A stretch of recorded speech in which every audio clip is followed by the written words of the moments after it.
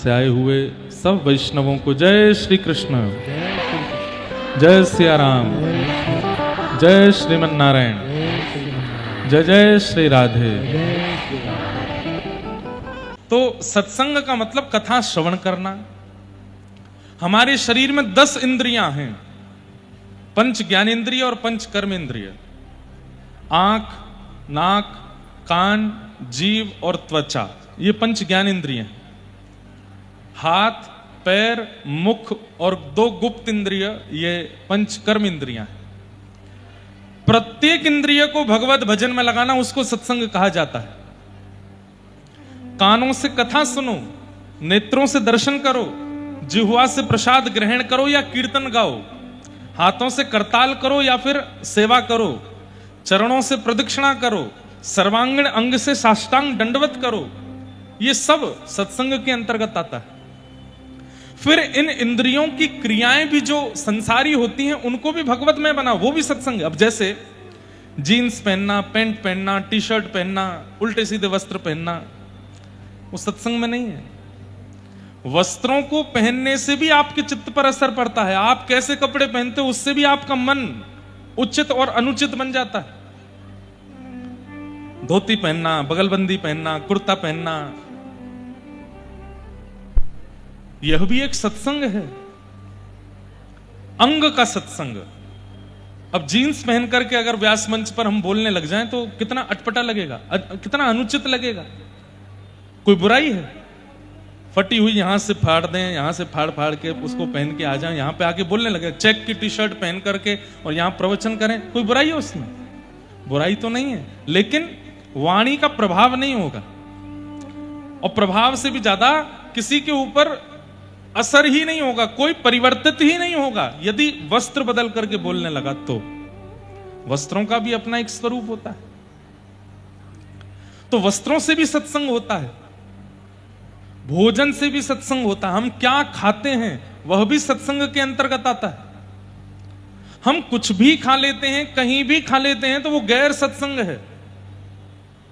कुछ भी पाते हैं तो पहले देखते हैं इसमें तुलसी जी पधराई हुई है कि नहीं, ठाकुर जी का भोग लगा है कि नहीं, तो ही पाना है, तो ही वो सत्संग माना जाता है। कहीं भी पानी नहीं पीते। सब लोग इधर देखो, पंखा वाले विशेष रूप से इधर ही देखो, ध्यान से सुनो। देखो आप लोग पंखा करो, जो पीछे वाले बहुत ध्यान से सुन रहे हैं, इसलिए उनके लिए थोड़ा ध्यान से सुनना। हाँ, वस्त्रों से भी सत्संग होता है, अन्न से भी सत्संग होता है, जल से भी सत्संग होता है। व्यक्ति जिसका हम संग करते हैं उससे भी सत्संग होता है। हम कुछ नहीं खाते, हम कुछ नहीं पीते, हम कुछ गलत नहीं करते। आप जिसके संग 24 घंटे रहते वो, हाँ वो खा लेते हैं, वो पी लेते हैं, वो थोड़ा कभी कभी जो है उल्टे सीधे काम कर ले, पर हम नहीं करते कुछ भी। ये तो वही बात हो गई, चोरी किसने की? बोले उसने की। तुम क्या कर रहे थे? मैं केवल देख रहा था। तो भाई दंड थोड़ा सही तुमको भी मिलेगा।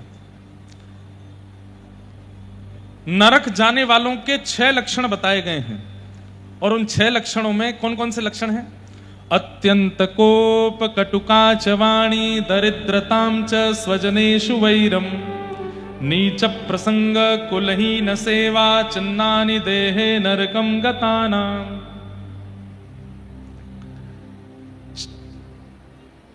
6 लक्षण। सबसे पहला अत्यंत कोप, भयंकर गुस्सा। एक दिन मैं इस पर चर्चा कर चुका हूं।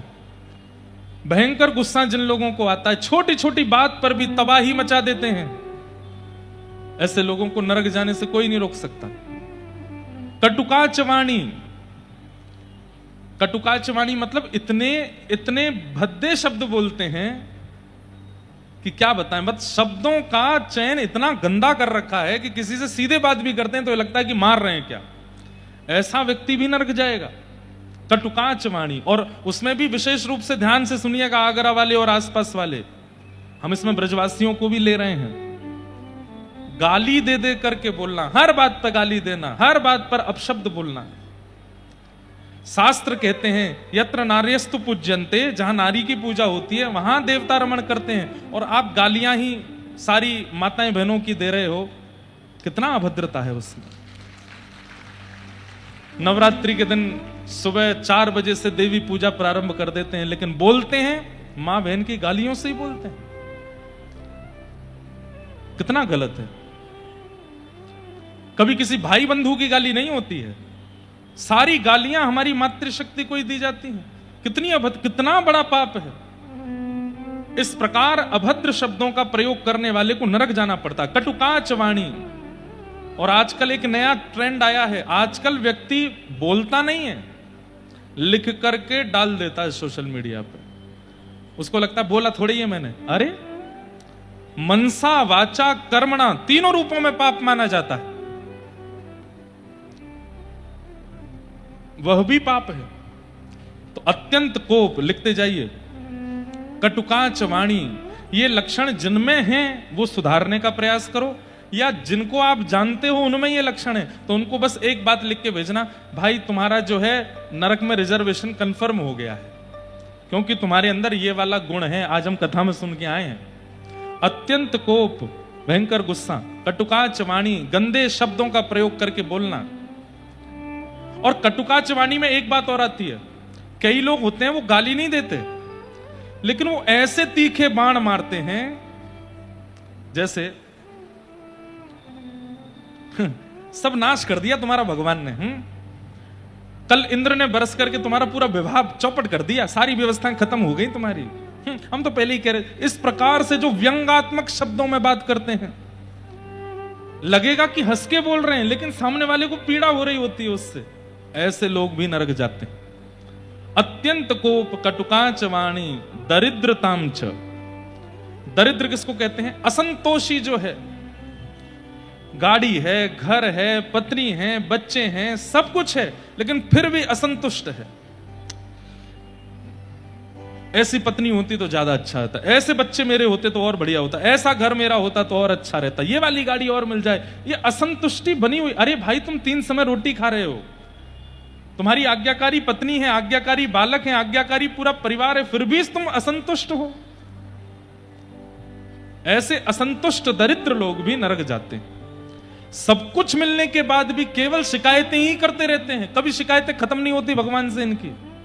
ऐसे लोगों को भी नरक जाना पड़ता है। अत्यंत कोप, कटुकाच वाणी, दरिद्रताम च। और चौथा आता है स्वजनेषु वैरम।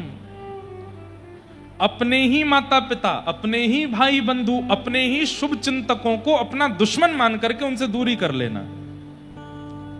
ध्यान से सुनिए, हमेशा समझाते हैं आपको कि ऐसा नहीं करो, ये अच्छी बात नहीं है, ये अच्छा नहीं। शुभ चिंतकों को अपना दुश्मन मान करके उनसे दूरी बना लेना, स्वजनेषु वैरम, और उनसे बैर करने लग जाना। हमारे भारत का दुर्भाग्य है एक, कि हमारे यहां पुलिस थानों में सबसे ज्यादा एफआईआर भाई भाई के द्वंद्वों की है। और कौन से भाई? कजन नहीं, चाचा ताऊ के बच्चों की तो है ही, सगे भाइयों की ज्यादातर लड़ाइयां चल रही हैं, एक दूसरे से बनती नहीं। स्वजनेषु वैरम। अब ये सारे विषय ऐसे हैं कि इन पर कभी विस्तार से चर्चा हो तो फिर करी जाए, लेकिन एक यदि झुक करके स्वीकार कर ले तो कभी भाइयों में द्वंद्व ना हो। मैं बहुत परिवारों में जाता हूं, बहुत घरों में जाता हूं, और जहां कहीं भी भाई भाई, सगे भाई बड़े प्रेम से मिलते हैं ना, एक ही घर में रहते हैं, एक ही बिल्डिंग में रहते हैं, एक ही चूल्हे पे भोजन करते हैं, तो मुझे इतना अच्छा लगता है कि बहुत अच्छा है कि आप लोग ऐसे ही बने रहो बस। नहीं तो आजकल दिखता नहीं है, भाई भाइयों में बैर चल रहा है। स्वजनेषु वैरम। अच्छा, अब ये प्रसंग मैंने कह तो दिया, लेकिन जिन भाइयों के बैर चल रहे होंगे ना, वो मन में क्या सोच रहे होंगे? महाराज जी, आपको पता थोड़ी हमारे भाई कितना बुरा करता हमारे साथ। ये मन में चल रहा होगा। हम आपको बताएंगे तो आप भी कहोगे अलग ही रहना ठीक है। भैया देखो, बात केवल मान की होती है। कई बार बड़े को लगता है छोटे ने सम्मान नहीं किया, कई बार छोटे को लगता है कि मुझे छोटा समझ करके पीछे छोड़ दिया जाता है। थोड़ी सी सिमेट्री बैठा ली जाए, थोड़ा झुक लिया जाए, कभी कभी ईगो को छोड़ करके ये सोच लिया जाए कि मेरा रक्त रूपी भाई है, तो कभी ये ना हो, नहीं तो ये चलता रहता है। लेकिन इस प्रकार स्वजनेषु वैरम,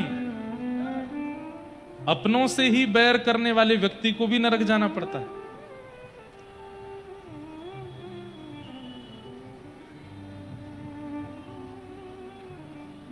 अत्यंत कोप, कटुकाच वाणी, दरिद्रताम च स्वजनेश वैरम। और 5वां आता है नीच प्रसंग। इस विषय के लिए मैं पूरी कथा सुना रहा हूं। नीच प्रसंग मतलब हम गलत नहीं खाते, हम गलत नहीं पीते, हम गलत काम नहीं करते, लेकिन हमारा मित्र खाता है, हमारा मित्र पीता है। और मित्र नहीं, परिवार का भी कोई व्यक्ति खाता पीता है, पर हम नहीं छूते। वो करे सो करे, किसको रोके हम। तो मृत्यु के बाद जब यमलोक पहुंच जाओ ना, तो यमराज जी से पूछना हमको क्यों यमलोक बुलाया, हमने तो कुछ भी गलत नहीं किया। तो यमराज जी कहेंगे ये तुम्हारे सखा है ना, पृथ्वी पर जब साथ में रहे थे तो फिर नरक में भी साथ में ही रहो। क्यों? तुम स्वयं खाते नहीं, स्वयं पीते नहीं, स्वयं कुछ अभद्र करते नहीं, लेकिन कभी इसको रोका नहीं, कभी इसको टोका नहीं। अरे बहुत रोका, बहुत टोका था, फिर भी नहीं माना। अरे तो इसका साथ ही छोड़ देना था, इससे संबंध ही तोड़ देना था। वो भी करने का प्रयास किया, तो फिर क्यों दोबारा लौट के आए? बोले अपना है ना इसलिए आ गए, इसलिए ही नरक में आए हो। स्वजनेषु वैरम। सूरदास जी कहते हैं तजोरे मन हरि विमुखन को संग। गाओ तजोरे मन।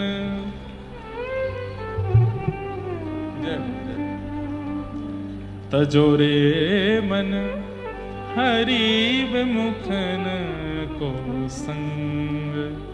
तजोरे मन हरि विमुखन को संग। जाके संग कुमति उपजत है, जाके संग कुमति उपजत है। पड़त भजन में भंग हो, पड़त भजन में भंग। तजोरे मन हरि विमुखन को संग। तजोरे मन हरि विमुखन को संग। समझ में आई बात? किस किस का संग छोड़ना है? ध्यान से सुनो। हरि विमुखन को संग, जो कथा से विमुख हैं, वृंदावन से विमुख हैं, यमुना जी से विमुख हैं, आचार्यों से विमुख हैं, महापुरुषों से विमुख हैं, हरिजनों से विमुख हैं। जैसी बात करते हो कथा की तो मुंह फुला के बैठ जाए, कथा वथा की बात मत किया करो। ऐसे लोगों का संग तुरंत छोड़ दो। हरि विमुखन को संग। और दूसरा, जाके संग कुमति उपजत है, जिसके साथ रहने से आप गलत करते नहीं हो पर मन में आ जाता है, करके देखूं कैसा लगेगा। अरे नहीं नहीं मैं नहीं कर रहा। घर वाले मना करते हैं, शास्त्र मना करते हैं, पर ये करता है तो मन तो करता है करने का, पर नहीं नहीं मैं नहीं करूंगा। मन में भी यदि कुसंग आता है, ऐसे व्यक्ति का संग छोड़ दीजिए, नहीं तो एक दिन बर्बाद कर देगा आपको। और पड़त भजन में भंग। भजन में, सेवा में, कथा में, नियम में, रस में जिसके कारण भंग पड़ता हो, जिसके कारण रुकावट आती हो, उसका त्याग कर दो। तजोरे मन हरि विमुखन को संग। तजोरे मन हरि विमुखन को संग। भागवत 4 शब्द हैं। यहां 4 भाव हैं जो आप स्वीकार कर सकते हो। भा से भक्ति, ग से ज्ञान, व से वैराग्य और त से त्याग। पहला, भक्ति तो जीवन में आनी, आप भक्त हो तभी कथा में बैठे हो, तो भा शब्द तो सार्थक हो गया। दूसरा, ग यानी कि ज्ञान, ज्ञान आप ले ही रहे हो। तीसरा, व यानी कि वैराग्य, वैराग्य हमसे नहीं बनेगा, थोड़ा थोड़ा प्रयास करते हैं लेकिन वैराग्य हमसे नहीं बनेगा। तो त यानी कि त्याग तो आपको करना ही है, लेकिन किसका? हरि विमुखों का। तजोरे मन हरि विमुखन। इस कथा के बाद संकल्प ले लीजिए, जाइए उन मित्रों के पास, जाइए उन रिश्तेदारों के पास जो गलत खाते हैं, गलत पीते हैं, गलत जगह जाते हैं, गलत गलत काम करते हैं, और स्पष्ट शब्दों में कह दीजिए, भाई अगर तुम ऐसा कर रहे हो तो कल से हमारी तुम्हारी रामशाम बंद, हम नहीं रहेंगे आपके साथ। आप यदि हमारा संग चाहते हैं तो आपको यह विषय छोड़ना पड़ेगा, नहीं तो हम आपका संग नहीं करेंगे। और एक बात सुनिए, कई लोग स्वार्थी हैं, स्वार्थ के कारण संग करते हैं। भले ही वो गलत काम करता है, लेकिन वो अगर हमारे संग नहीं रहेगा तो हमारा बहुत बड़ा लॉस हो जाएगा। अरे ठाकुर जी के लिए एक व्यक्ति का त्याग करके तो देखिए, और ऐसे का त्याग जो दूषित है। रावण का त्याग किया विभीषण ने, प्रभु श्री राम ने लंका का राजा बना दिया। पिता का त्याग किया प्रहलाद जी ने, खंभ भेदन करके भगवान नृसिंह प्रकट हो गए। त्याग करो तो सही, उनका त्याग करो जो हरि विमुख है। तो स्वजनेषु वैरम नीच प्रसंग, तो अत्यंत कोप कटुकाच वाणी दरिद्रताम च स्वजनेषु वैरम नीच प्रसंग। 5 हमने सुन लिए। नीच प्रसंग का मतलब गलत करने वाले का यदि आप साथ देते हैं। भीष्म पितामह बाणों की सैया पर लेटे थे और भगवान से कहते हैं कि नाथ, पूरे महाभारत युद्ध में मुझसे भी करोड़ करोड़ गुना ज्यादा पाप करने वाले लोग, लेकिन उनको केवल एक बाण लगा, और मेरे जैसा धर्मात्मा भीष्म पितामह बाणों की सैया पर लेटा है। क्यों? ठाकुर जी कहते हैं वे सब पापी थे, लेकिन उनके साथ में तुम धर्मात्मा बैठे थे और फिर भी उनको धर्मात्मा नहीं बना पाए, इसलिए तुमको इतने बाण लगे। या तो उठ करके चले जाओ ऐसी सभा से जो सभा आपके लायक नहीं है, अगर बैठे हो तो सबको अपने जैसा बनाने का प्रयास करो, सबको सुधारने का प्रयास करो। और अंतिम लक्षण नरक जाने वाले का क्या है? कुलहीन सेवा। कुलहीन सेवा मतलब अपनी मां से अभद्रता करने वाला, पिता से अभद्रता करने वाला, पत्नी के ऊपर हाथ उठाने वाले का यदि आप साथ देते हो, उसका संग करते हो, तो भी आपको नरक में जाना पड़ेगा। ये 6 लक्षण नरक जाने वालों के हैं। यदि यहां बैठे किसी व्यक्ति में है तो अब भी समय है, सुधार लीजिए। और या आपके किसी संबंधी में है, उसको जाकर के समझा दीजिए, और नहीं माने तो उसका साथ छोड़ दीजिए। नहीं तो हम तो डूबेंगे सनम, तुमको भी ले डूबेंगे। वो खुद तो जाएगा ही जाएगा, आपको और लेके जाएगा। इसलिए भैया, तजोरे मन हरि विमुखन हो संग, तजोरे मन हरि विमुखन को जगह के रहो और परिपूर्ण रहो। एक कथा आती है श्री पुरंदरदास जी की। महाराष्ट्र में एक भगवान के परम भक्त हुए श्री पुरंदरदास, पुणे के पास में एक पुरंदरपुर नाम की जगह पर रहते थे। ब्राह्मण कुल में जन्मे थे, लेकिन महाकंजूस। अच्छा, कंजूस किसको कहते हैं बताओ? कंजूस जानते हैं किसको कहते हैं? सामर्थ्यवान होते हुए भी जो कभी धन निकालता नहीं है। सामर्थ्य नहीं है फिर नहीं निकालता, वो कंजूस नहीं है। सामर्थ्य होते हुए भी नहीं निकालता, उसको कंजूस कहते हैं। तो पुरंदरदास एक सरस्वती बाई नाम की कन्या से उनका ब्याह हुआ है। बहुत ध्यान से सुनना, ऐसा नहीं है कि ठाकुर जी भक्तों को ही मिलते हैं, कई बार महासंसारी को भी ठाकुर जी मिलते हैं। रहो एक तरफ, ये दोनों तरफ रहने वाले को ठाकुर जी कभी नहीं मिलते। सब लोग इधर देखो, ध्यान से सुनो। आप सबको आवाज आ रही है हमारी? ध्यान से सुनो। तो पुरंदरदास, एक बार की बात थी कि इनका ब्याह हुआ सरस्वती बाई। इतने कंजूस थे कि इनको ब्याह में एक ही जगह इनकी नजर टिकी हुई थी कि मेरी पत्नी ने कितने गहने पहने, और फेरे लेते लेते भी बोल रहे हैं सुनो ध्यान से, कोई तुम्हारा पायल उतर ना जाए, कंगन उतर ना जाए, और सुनो कल विदाई के बाद घर पहुंचते ही सब मुझे दे देना, मैं रख लूंगा तिजोरी में संभाल के, कहीं इधर उधर हो गया तो। बेचारी सरस्वती बाई बोली ठीक है। विदाई होकर के जब घर आए तो घर पे आते ही ना भोजन, ना पानी, ना जल, कुछ नहीं, सीधे चलो लाओ सब सामग्री उतार दो, ये नाक वाला भी उतार दो, कान वाला भी उतार दो, सिर वाला सब उतार के दे दो। पत्नी ने सब उतार दिए, हाथ के कंगन वंगन सब उतरवा दिए, उनके पैर की पाजे वाजे कुछ नहीं पहनने दिया। सरस्वती बाई बोली, माता पिता बड़े लोग कहते हैं कि सूना नहीं रहना चाहिए सौभाग्यवती नारी को, अशुभ होता है। अरे देवी तुम जानती नहीं हो कितने चोर चकटे घूमते रहते हैं, कोई ले गया तो निकाल के फिर क्या करोगी? बोले एक नाक की बाली तो रहने दीजिए, ये नाक का कांटा तो रहने दीजिए, बाकी सब ले लीजिए। बोले हाँ ठीक है, एक काम करो, एक पहन के रखो, बाकी सब दे दो। सब उतरवा करके रख लिया। कोरी घूमती हैं उनकी पत्नी, एक चीज नहीं पहनने देते, पता नहीं इधर उधर कर दिया, मेरे साले का कहीं मना आ गया, कहीं रात में आके बहन के कंगन उतार के ले गया, तो ऐसी सोच।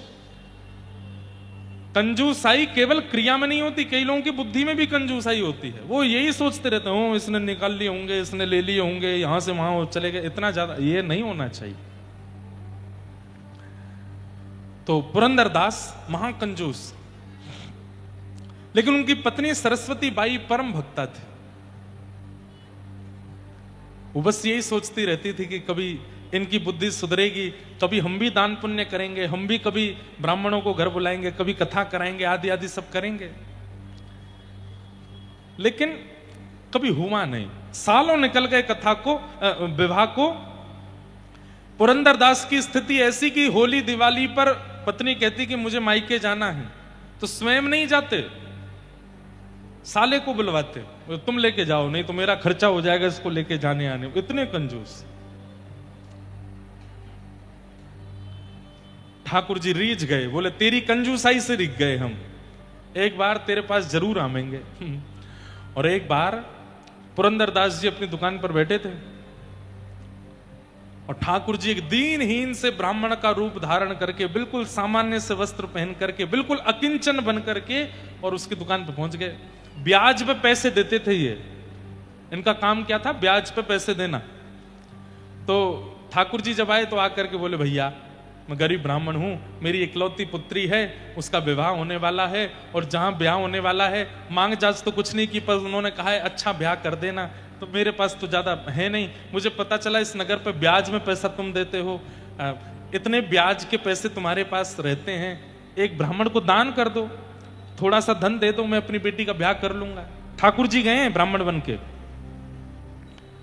पुरंदरदास बोला, ये कहां से बला आ गई मेरे ऊपर, अरे भैया मेरे पास इतनी व्यवस्था नहीं है, और ऐसा नहीं है, ऐसा टालने लगे। अरे भैया आप कर सकते हो, आप सर्वसमर्थ हो, आप कर सकते हो, देख लीजिए ना।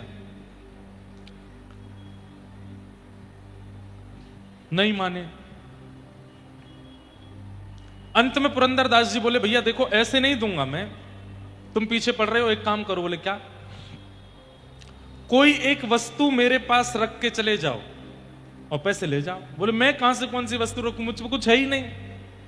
बोले भैया यही एक तरीका है, और कोई तरीका नहीं है मेरे पास, कोई वस्तु मेरे पास रख दो, पैसे ले जाओ। तो भगवान तो भैया चतुर शिरोमणि है ठाकुर जी। तो ठाकुर जी बोले ठीक है मैं कुछ करता हूं व्यवस्था।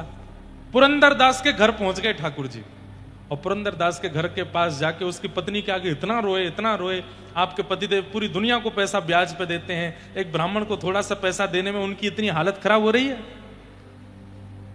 अंत तो गत्वा मान गए हैं, लेकिन शर्त ऐसी रखी है कि मैं कर नहीं सकता। बोले क्या? बोले कह रहे हैं कुछ वस्तु मेरे पास रखूं, मैं क्या रखूं, मुझ पर कुछ है ही नहीं। पत्नी बोली मैं क्या बताऊं, मैं तो इतने वर्ष हो गए शादी के, आज तक बदले ही नहीं वो। तो भगवान भी ऐसे अद्भुत, देवी अब तुम ही मेरी रक्षा करो, मैं अपनी बेटी का ब्याह कैसे करूंगा, किस मुंह से घर जाऊंगा बिना पैसे लिए, मैं कैसे करूं, मैं कैसे उनको समझाऊं। ठाकुर जी बोले अब मेरे पे और कोई रास्ता नहीं है, अब एक ही रास्ता है। बोले क्या? सोई ठाकुर जी ने विष की एक शीशी निकाली और निकाल करके बोले मैं विष पी जाऊंगा, तुम्हारे द्वार पर ही प्राण त्याग दूंगा, अब तो यही एक उपचार है और कोई उपचार नहीं है। और जैसे ही विष निकाल करके, अब तो इतने में ही वो सरस्वती बाई, नहीं नहीं नहीं नहीं आप ये मत करो, ये मत करो, आप एक काम करिए। बोले क्या? ये मेरी नाक की एक कील है, ये रख लीजिए, इसको आप कहीं बेच दोगे तो 2-2.5 हजार रुपए आपको मिल जाएंगे, आप अपनी बेटी का ब्याह कर लेना। पुरंदरदास वो ब्राह्मण जो बन के भगवान गए थे, वो सोने की कील लेकर के बड़े खुश, अरे बिटिया मुझ पे कभी अवसर मिलेगा मैं वापस करने आऊंगा। बोले कोई बात नहीं, आप तो जब वापस करने आएंगे तब तक शायद मैं जीवित ना बचूं, क्योंकि रात को आते ही पतिदेव इसको ही देखते हैं, वो इतने कंजूस हैं, उसको भी रोज देखते हैं कि है कि नहीं, और रात में जब नहीं दिखेगी तो वो तो मेरे प्राण हरण कर ही लेंगे, आप ले जाइए अपनी पुत्री का ब्याह अच्छे से करना। लेकिन ठाकुर जी भी बड़े चतुर, वो कील लेके ही गए पुरंदरदास के पास। बोले एक वस्तु है, मैं गिरवी रखने को तैयार हूं। पुरंदरदास बोले दिखाओ। जैसे ही हाथ में वो कील रखी, ये तो मैंने देखी है कहीं। बोले अब तुमने कहां देखी मुझे नहीं पता, पर मेरे पास यही वस्तु, तुम कहां से लाए? बोले मैं कहीं से भी लाया हूं, तुमको वस्तु रखने से मतलब है, मुझे पैसा दो। पुरंदरदास ने उस कील को रखा अंदर, चाबी से तिजोरी बंद की, कुछ रुपया निकाल करके भगवान को दे दिए। बोले अब चलो दुकान बंद करो, मैं अब घर पहुंचता हूं। अपनी पत्नी बड़ी दानवीर बनती है, उसको बताता हूं। दुकान में एक बालक काम करता था, वो दौड़ के गया सरस्वती बाई से जाके बोला, भाभी माँ आज बचो आप। बोले क्यों? बोले आपने किसी को नाक की कील दी थी? बोले हाँ, एक दीन सा ब्राह्मण है, उसने जाके वो सेठ जी को दे दी है, और वहीं जाके गिरवी रखवाई। अब सेठ जी आ रहे हैं, पुरंदरदास आ रहे हैं। अब तो वो विठल भगवान का एक चित्र लगा था घर में, रोने लगे। बोले मेरे पति आज मेरे प्राण हरण कर लेंगे, हे नाथ मेरी रक्षा करो, मैं उनके हाथों मरूं, उससे अच्छा यह है कि मैं स्वयं अपने प्राण त्याग देती हूं। पर नाथ मैंने कुछ गलत नहीं किया, मैंने तो एक ब्राह्मण की सेवा की। और एक विष का पात्र लेकर के वो पत्नी खड़ी हो गई। बोले नाथ बस मैं अब इसको पान करके अपने प्राण त्याग दूंगी, क्योंकि उनकी खड़ी खोटी भाषा और वो जो व्यवहार करेंगे वो मैं सहन नहीं कर पाऊंगी। मैंने तो एक ब्राह्मण की बालिका के विवाह के लिए सत्कर्म किया, लेकिन सब गलत हो गया। इतने में ही पुरंदरदास आ गए, सरस्वती बाई, और जैसे सरस्वती बाई ने पीछे देखा, खन्न से एक आवाज हुई जो कि पुरंदरदास ने भी सुनी और सरस्वती बाई ने भी सुनी। वो आवाज कहां से हुई? जो विष का पात्र हाथ में था उसके अंदर से आवाज आई थी, खन्न जैसे कोई चीज गिरी हो। और जैसे ही हटा करके देखा तो वो नाक की जो कील थी वो उसके अंदर पड़ी थी। पुरंदरदास ने जैसे ही देखा, बोले ये नाक की कील यहां कैसे आई? तो पत्नी ने बताया, बोले ये तो यहीं थी। वो नहीं, मैं अपनी दुकान में रख के आया हूं, यहां कैसे आई? पत्नी का हाथ पकड़ के फिर दुकान में लेके गए, तिजोरी खोल करके देखी तो कील वहां नहीं थी। कैसे हो सकता है? तो पत्नी ने पूरा वृत्तांत बताया, और वृत्तांत बता के कहा मैं तो प्राण त्याग रही थी ठाकुर जी के आगे बैठ करके, उन्होंने ही रक्षा की। दोनों के नेत्र एक साथ बंद हुए, और वो जो दीनहीन सा ब्राह्मण कभी दुकान पे कभी घर पे जो भ्रमण कर रहा था, उसी के रूप में साक्षात पंढरीनाथ के दर्शन होने लगे, साक्षात विठोबा के दर्शन होने लगे। पुरंदरदास घुटनों पर बैठ गया, इतना रोया कि मैंने अपने ठाकुर जी को दुकान पे खड़ा रखा, वो याचना कर रहे थे कि धन दे दो और मैं उनसे मना करता रहा। मैंने अपने ठाकुर को इतना कष्ट दिया, अरे क्या कर लिया, इतनी संपत्ति बचा के, सोना बचा करके। उसी समय सब कुछ विक्रय करके उससे जो भी धन आया, दोनों पति पत्नी पंढरपुर चले गए, और फिर आजीवन पंढरपुर में ही रहे, ठाकुर जी की सन्निधि में रहे कि नाथ आपको मैंने अपनी दुकान पर खड़ा रखा, अब जीवन पर्यंत आपके दरबार पर खड़ा रहूंगा, मैं द्वार पर खड़ा रहूंगा। ये कथा मैंने क्यों सुनाई? कई बार ठाकुर जी एक तरफा व्यक्ति कोई मिल जाते हैं, अरे तू पूरे संसार का है, पूरा संसार का ही बना रहे, क्या पता रीझ गए ठाकुर जी आ जाएं तेरे पास।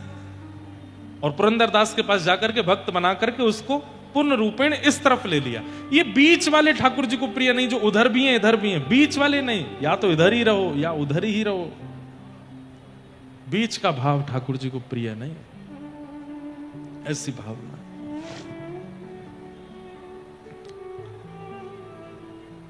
तो ऐसे सब भाव हैं मन के। कल हम लोग प्रेम और भाव से भागवत जी के प्रथम स्कंद की चर्चा सुन रहे थे, जहां वेदव्यास जी ने भागवत की रचना की और अपने पुत्र श्री सुखदेव जी को प्रदान की। पिता को चाहिए, ध्यान से सुनिएगा जितने पिता यहां बैठे हैं, पिता को चाहिए अपनी संपत्ति पुत्र को नहीं देनी है, पात्र को देनी। और यदि वो पुत्र पात्र नहीं है तो संपत्ति नहीं देनी है, और देने का ही मन है तो पहले उसको पात्र बनाओ, तब ही दीजिएगा। क्योंकि पुत्र तो हो रहे हैं आज घरों में, लेकिन पात्र नहीं है, योग्य नहीं है, श्रेष्ठ नहीं है। इसलिए पहले पुत्र को पात्र बनाइए। वेद व्यास जी ने भागवत जी शुकाचार्य जी को देने से पहले सुखदेव जी को जनक महाराज की सभा में भेजा, परखने के लिए कि ये पात्र है कि नहीं। और जब पता चला कि सुखदेव जी पात्र हैं, तब व्यास जी ने उनको भागवत जी प्रदान की, और वही भागवत जी श्री सुखदेव जी ने परीक्षित को सुनाई। यदा वृधे कौरव संजयाना वीर स्वथो वीर गतिम गतेषु वृकोदरा विग्ध गदा विमर्श प्रगनोरुदंडे धृतराष्ट्रपुत्रे। परीक्षित को 7 दिन में मरने का श्राप क्यों लगा? सौनकादि ऋषियों ने यह प्रश्न किया और सूत जी महाराज पूरे प्रसंग सुनाते हैं। महाभारत की छोटी सी कथा है। अंतिम युद्ध चल रहा था, पांडवों की विजय हो गई। पांडवों ने कौरवों को हरा करके विजय प्राप्त की। तो कौरवों की तरफ से गुरुपुत्र अश्वत्थामा ने सोते हुए पांडवों को मारने का प्रयास किया, लेकिन पांडवों की जगह द्रौपदी के 5 पुत्रों को मार दिया। अगले दिन अर्जुन ने अश्वत्थामा को पकड़ करके द्रौपदी के सन्मुख किया। द्रौपदी ने उसको क्षमा दान दिया। भगवान बड़े प्रसन्न हो गए। बंधुओं, क्षमा बड़ेन को चाहिए, छोटेन को उत्पात। छोटे तो उत्पात ही करते हैं, बड़ों को चाहिए कि उनको क्षमा किया करें, पर बार बार नहीं, ज्यादा से ज्यादा 2 बार, और तीसरी बार भी वही अपराध करे तो फिर उसको थोड़ा बहुत जो है उसकी सिकाई करनी चाहिए, ऐसा नियम है। लेकिन क्षमा करना चाहिए, क्षमाशीलता। बंधुओं, क्षमा बलिदान है। हर कोई क्षमा नहीं कर पाता। देख लूंगा, तुझे तो देखूंगा मैं, तूने मेरे संग ऐसा किया, तू आइयो बेटा तेरे को बताऊंगा मैं। हम लोगों का स्वभाव व्यवहार ऐसा बन जाता है। बदला लेने की भावना बनी रहती है 24 घंटे। देख लूंगा करते करते प्राण चले जाते हैं। यमराज जी देख लेते हैं हमको फिर एक दिन। क्या करना है? ये संसार में प्रतिस्पर्धा करके, एक दूसरे से बैर करके, पैज करके, अरे कहां तक है, कथाओं में भी पैज होने लगा है। उन्होंने कथा कराई, इनसे 21 करा के दिखाऊंगा मैं। ऐसे ऐसे भी लोग होने लग गए हैं। गलत है। इसके लिए संसार में आए हम। इसको नीचे दबाना है, इससे ऊपर उठना है, इससे ये करना है, इससे बदला लेना है, इसने ऐसा किया, इसके संग ऐसा करना है। नहीं, बहुत कम दिन है हमारे पास।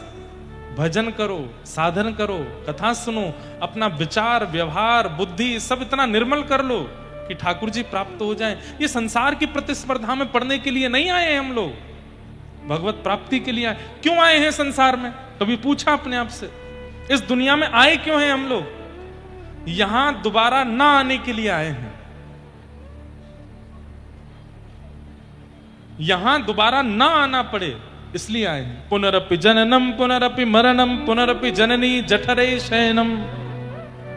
बार बार जन्म होता है हम लोगों का। कभी अपने कर्मों के अनुसार छिपकली बनते हैं, कॉकरोच बनते हैं, चींटी बनते हैं, और क्या बनते हैं, मछली बनते हैं, कछुआ बनते हैं, गधा बनते हैं, घोड़ा बनते हैं, खच्चर बनते हैं, और क्या बनते हैं, बिल्ली बनते हैं, कुत्ता बनते हैं। ये सारी योनियों में भटकते रहते हैं। हर मृत्यु के बाद ठाकुर जी से प्रार्थना, एक बार मानव बना दीजिए, मैं आपको डिसअपॉइंट नहीं करूंगा, एक बार बना के तो देखिए। नहीं नहीं नहीं, अभी तू जा छिपकली बन। फिर छिपकली बना देते हैं, फिर मरते हैं। फिर ठाकुर जी एक बार बना दीजिए ना, क्योंकि एकमात्र मानव देह है जहां से इस संसार से एग्जिट लिया जा सकता है। ये मानव देह ही है जहां से एग्जिट और हमेशा के लिए इन दोनों हो सकते हैं। लेकिन हम लोगों की स्थिति क्या है? हम एग्जिट कर ही नहीं पा रहे हैं और अंदर घुसते चले जा रहे हैं और अंदर, क्योंकि कर्मों का जो लेखा जोखा है वो भी मानव जन्म से ही होता है। बहुत ध्यान से सुनिएगा। मानव देह नृदेह माध्यम सुलभम सुदुर्लभम प्लवम सुकल्पम गुरु कर्णधारम मयानुकूलेन नभस्वतेरितम पुमान भवाब्धिम न तरेत स आत्मा। इस दुनिया में सबसे मुश्किल क्या है? भगवान श्री कृष्ण स्वयं उद्धव को बता रहे हैं। इस दुनिया में सबसे मुश्किल है मानव बन करके आना। जो मैं और आप हम सब बन के बैठे हैं, ये सबसे मुश्किल है। तो मानव बन के आए तो क्या करें? बोले एग्जिट ढूंढो, निकलना कैसे है इस संसार से। इससे पहले ना जाने कौन सी मैया के गर्भ में आए थे, उससे पहले और जाने कौन सी मैया के गर्भ में आए थे। चलो इस बार तो एक मानव मां के गर्भ में थे, वो ध्यान भी रखती है, अच्छा खाती है, अच्छा पीती है, हमारा सब ध्यान रखती है। जानवरों के कोख में जब हम लोग रहते हैं वो तो विचार भी नहीं करते। कई जानवर तो ऐसे हैं वो जन्म लेते ही बालकों को ही खा जाते हैं। इस संसार में दोबारा नहीं आना, यही एक एग्जिट का तरीका है। ये मानव जन्म मिला है, मानव देह मिला है। भज गोविंदम भज गोविंदम गोविंदम भज मूढ़मते। आद्य गुरु शंकराचार्य भगवान कहते हैं भज गोविंदम भज गोविंदम गोविंदम भज मूढ़मते। कृष्ण नाम जपो, हरि नाम जपो, भगवान नाम जपो, निकल लो इस संसार से, दोबारा आना ना पड़े यहां पर। लेकिन यहां से निकलने की तो योजना हम बना नहीं रहे, यहां पे और फंस जाते हैं। क्या होता है, मृत्यु के बाद चित्रकेतु आते हैं, भगवान ब्रह्मा के पीए, पर्सनल असिस्टेंट चित्रकेतु। और चित्रकेतु आकर के हमारे पूरे जीवन का लेखा जोखा बताते हैं, इसके साथ बुरा किया, इसके साथ अच्छा किया, यहां पर इतना खाया, यहां पर इतना गवाया, ऐसा ऐसा किया, इसके साथ छल, इसके साथ कपट, इसके साथ इतना बुरे काम किए। मुक्ति तो नहीं मिलेगी तुमको, अब क्या मिलेगा? बोले फिर से जन्म लेना पड़ेगा। कहां जन्म होगा? बोले पूर्व के कर्मानुसार अब तुमको सर्प बनना पड़ेगा, जाओ सांप बनो। और जैसे ही आप किसी मानव के अलावा किसी अन्य योनि में जाते हैं तो 84 लाख में घूमना ही पड़ता है, फिर मानव देह मिलता है। कितना मुश्किल है मानव देह प्राप्त करना। अच्छा, एक जगह मैंने पढ़ा था, सर्प कौन बनते हैं पता है? जो बहुत इकट्ठा करते रहते हैं, ये इकट्ठा, इतना इकट्ठा कर लिया महाराज, अब उसको निकालने का नाम नहीं लेते, तो भगवान फिर अगले जन्म में उनको सर्प बना देते हैं। जाओ कुंडली मार के बैठे ही रहो इकट्ठा करके। सर्प अधिकतर कहां मिलेंगे? तय खानों में है, तिजोरियों में है, सोने चांदी के। आपने सुना होगा वृंदावन के उस मंदिर में अंदर तय खाना, वहां पर सर्प बैठे इसलिए द्वार नहीं खुलते। गोवर्धन में एक है, वहां पे भी सर्प हैं, बड़े बड़े फुसकार की आवाज हमने तो सुनी है, ऐसा लोग बोलते हैं। सर्प कौन बनता है? जो केवल इकट्ठा करता रहता है। ऐसे सबका वर्णन है, क्या क्या करने वाला जीव कौन बनता है। लेकिन चिंता की बात यह है कि अगर मानव देह के बाद दोबारा यदि उस योनि में गए तो 84 लाख पूरी करनी पड़ेगी, तब जाकर के मानव बन पाओगे। इसलिए ये इसको अंतिम मानिए जो मिल गया है, ये दोबारा नहीं होना चाहिए। कहीं दोबारा जन्म लेना पड़ गया तो बहुत दिक्कत है भैया। इसलिए अभी सब अच्छा है, कथा भी सुन रहे हो, ब्रजमंडल के पास में हो, यमुना जी के तट पर हो, निकल लीजिए यहां से। मत करिए ऐसे ज्यादा इकट्ठे अपने कारनामे कि दोबारा आना पड़े इस संसार में। हम लोग हिसाब बराबर करने आए हैं, लेकिन पूर्व का हिसाब बराबर होता नहीं है। इस जन्म के और ज्यादा उधारी हमारी हो जाती है, जिसके कारण दोबारा जन्म लेना पड़ता है। आप कहोगे महाराज जी हिसाब बराबर कैसे होता? केवल नाम जप से। जितना नाम जप करते जाओगे, पूर्व के कर्म बंधन कटते जाएंगे। जैसे मान लीजिए, अब कितने पे ठाकुर जी रीझते हैं ये ठाकुर जी जाने। किसी की एक माला से भी रीझ जाते हैं, किसी की 1-1 लाख माला से भी नहीं रीझते। रिझाने का एक बहुत बढ़िया तरीका है, क्या? एक माला से भी रीझ जाएंगे। कैसे? स्वभाव अच्छा रखो, दीन बनो, दैन्यता रखो, ज्यादा चतुर मत रहो, सरल रहो, सहज रहो। अगर व्यवहार अच्छा है तो एक माला में भी वो खुश हो जाएंगे, और एक माला से आपके पूर्व जन्म के एक अपुण्य को भी नष्ट करते चले जाएंगे। और लाख लाख माला करते हो लेकिन अभिमान में चूर, किसी से सीधे मुंह बात नहीं करते, व्यवहार भी विचित्र है, स्वभाव भी विचित्र है, तो 1 लाख माला भी कल्याण नहीं कर पाएगी। इसलिए भैया निकल लीजिए, फिर से कह रहा हूं, निकल लीजिए यहां से।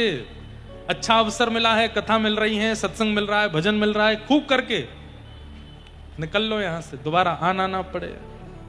शांति से बैठ करके कथा श्रवण करें। ठाकुर जी कई बार साधन से ज्यादा स्वभाव देखते हैं। आपका साधन कैसा है, वो एक साधन भी है तो चलेगा, अगर स्वभाव उचित है तो। प्रहलाद जी महाराज कहते हैं, न दानम न तपोनिज्य न शौचम न व्रतानि च प्रीयते मलया भक्त्या हरिरन्यद् विडम्बनम। बैठ जाओ भैया, सब लोग बैठ जाओ, जहां जगह मिले बैठ जाओ, सब लोग ध्यान से बैठ के कथा सुनो।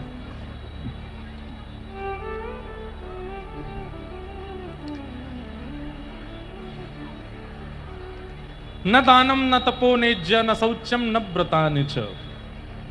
न दान से, न तप से, न पवित्रता से, न यज्ञ से, इन सबसे भगवत प्रसन्नता प्राप्ति नहीं हो सकती। तो फिर कैसे होगी? बोले प्रियते मलया भक्त्या।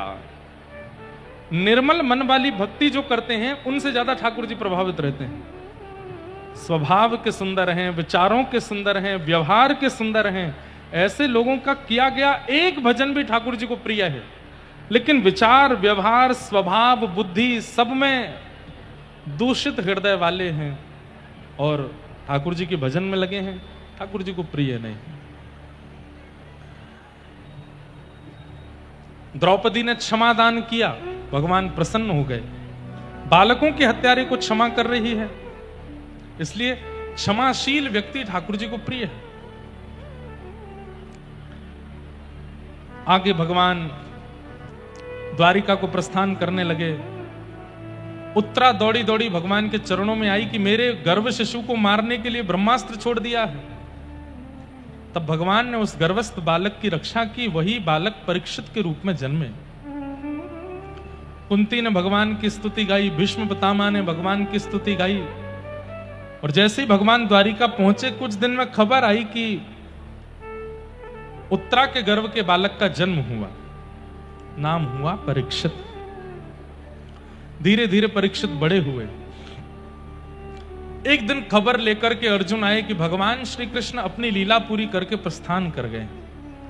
श्री कृष्ण लीला का विराम जैसे ही सुना पांडवों ने, उसी समय अपने राज्य गद्दी पर परीक्षित को बैठा करके पांडव वहां से प्रस्थान कर गए। कहां? स्वर्गारोहण को। परीक्षित को राजा बना दिया। धीरे धीरे परीक्षित बड़े हुए। एक दिन परीक्षित को कलयुग मिला। कलयुग कैसा था? भयंकर विकराल रूप में था और अपने हाथ में खड़ग लिए, फरसा लिए, वृषभ के 3 पैर काट चुका था, चौथा पैर काट रहा था। जैसे ही परीक्षित जी महाराज ने जाकर के रोकने का प्रयास किया तो कलयुग वहां से भाग गया। परीक्षित जी ने पूछा कि हे वृषभ, आप कौन हो? बहुत ध्यान से सुनना। वृषभ यानी बैल। वृषभ से पूछा आप कौन हो? तो उसने कहा मैं धर्म हूं। बोले आप धर्म? बोले हां। धर्म के 4 चरण होते हैं, सत्य, दान, दया और पवित्रता। ये चतुर लक्षण जिनमें हैं वही व्यक्ति प्राथमिक धार्मिक माना जाता। प्रथम धार्मिक। धार्मिकों की भी बड़ी बड़ी श्रृंखलाएं हैं, लेकिन पहली सीढ़ी धार्मिक व्यक्ति की इन 4 लक्षणों से पता चलती है। सत्य, दान, दया और पवित्रता। जी हाँ, मैं कर लूंगा। जी जरूर। सत्य, दान, दया और पवित्रता, ये 4 लक्षण जिस व्यक्ति के अंदर हैं वो धार्मिक माना जाता है। सत्य बोलता है, दानशील है, दान पुण्य करता है, दयाशील है, सब पर दया करता है, और चौथा पवित्रता, देह से और मन से, दोनों से पवित्र है, वही धार्मिक है। ये पहली श्रेणी है। लेकिन विडंबना ऐसी कि वृषभ के 3 पैर काटे जा चुके थे, एक पैर पर खड़ा है। इसका मतलब कलयुग में धर्म का एक ही पैर एक्टिव है। 3 पैर काट दिए हैं कलयुग ने। कौन कौन से? दया, दान और पवित्रता। केवल एक ही पैर है सत्य, और धीरे धीरे वो भी कट रहा है, धीरे धीरे वो भी नष्ट हो रहा है। गिने चुने लोग संसार में होंगे जो सत्य का अनुमूलन करते हैं, सत्य का पालन करते हैं, प्रत्येक दिन केवल सत्याचरण करते हैं ना। दया तो हम में है ही नहीं, दान तो हम करते ही नहीं है, पवित्रता नाम की कोई चीज नहीं। आप कहोगे महाराज जी खूब तो करते हैं, फिर क्यों कह रहे हो? दया नहीं है। दया का भी आडंबर जैसा है। अगर किसी पे दया कर रहे हैं तो एक फोटोग्राफर चाहिए पास में, खींच लो, दया कर रहे हैं हम। ऐसे तो हम दयावान हैं।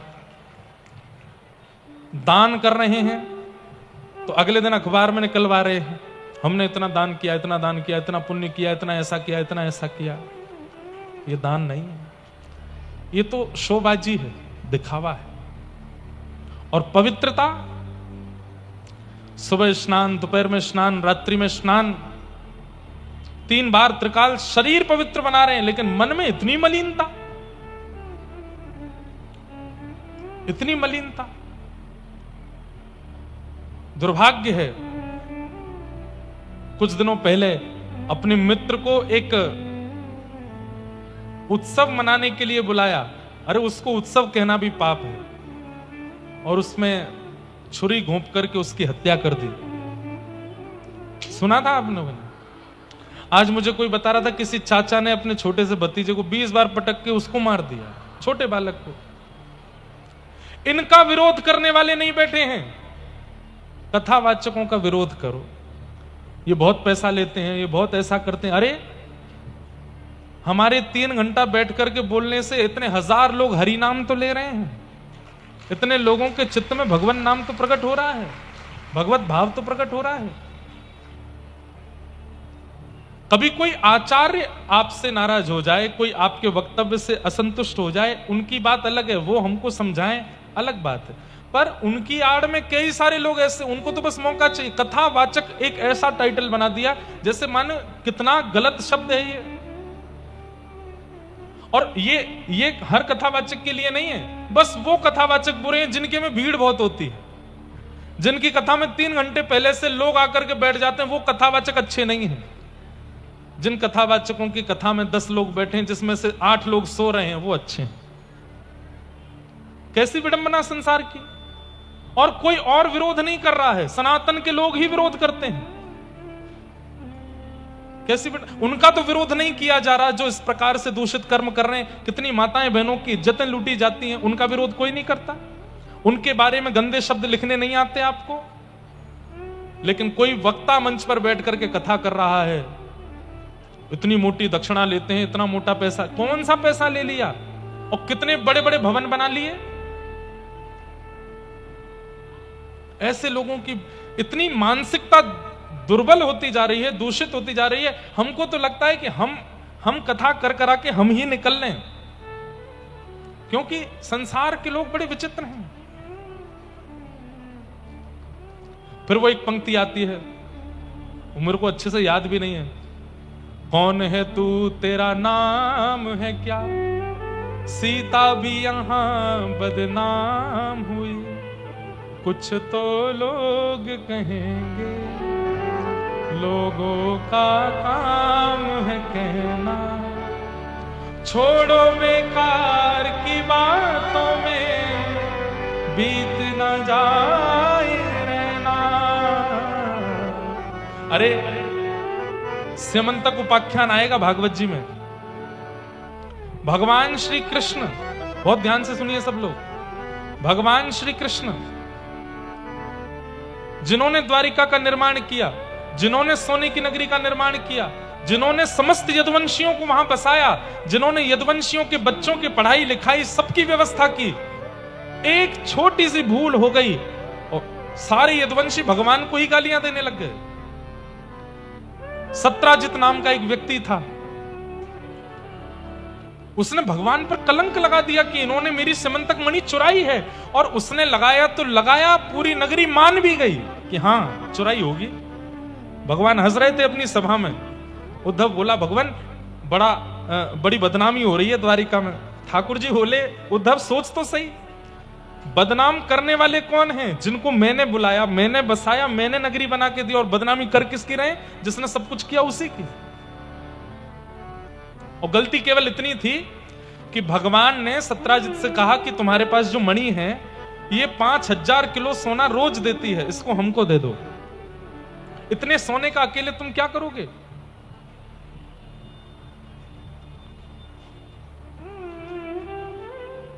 सत्राजित ने कहा, मेरी मणि है, मैं तो नहीं दूंगा।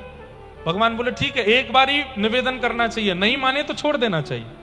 ठाकुर जी चले गए। अगले दिन सत्राजित का भाई उस मणि को पहन करके द्वारिका घूमने निकला, और घूमते घूमते वन में चला गया। वन में एक शेर ने उस व्यक्ति को मार के मणि को अपने पास रख लिया।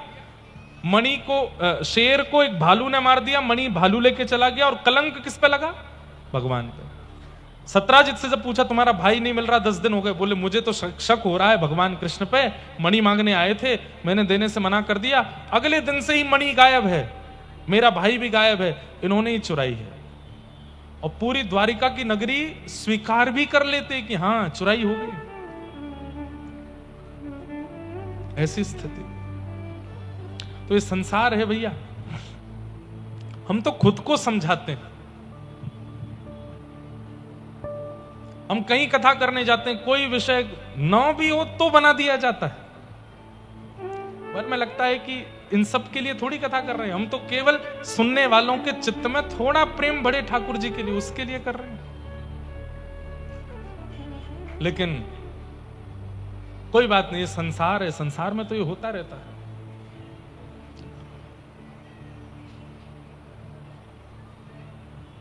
चार चरण हैं धर्म के, सत्य, दान, दया और पवित्रता। इस संसार में कलयुग में केवल सत्य के चरण पर खड़ा है धर्म। दान, दया और पवित्रता खत्म हो चुकी है।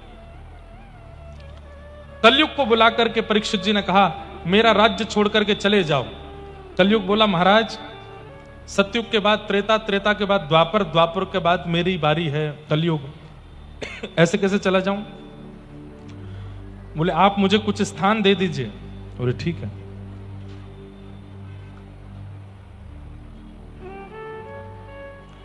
अभ्यर्थितस्य तदा तस्मै स्थानानि कलये ददौ द्यूतं पानं स्त्रियः सून यत्रा धर्मश्चतुर्विध।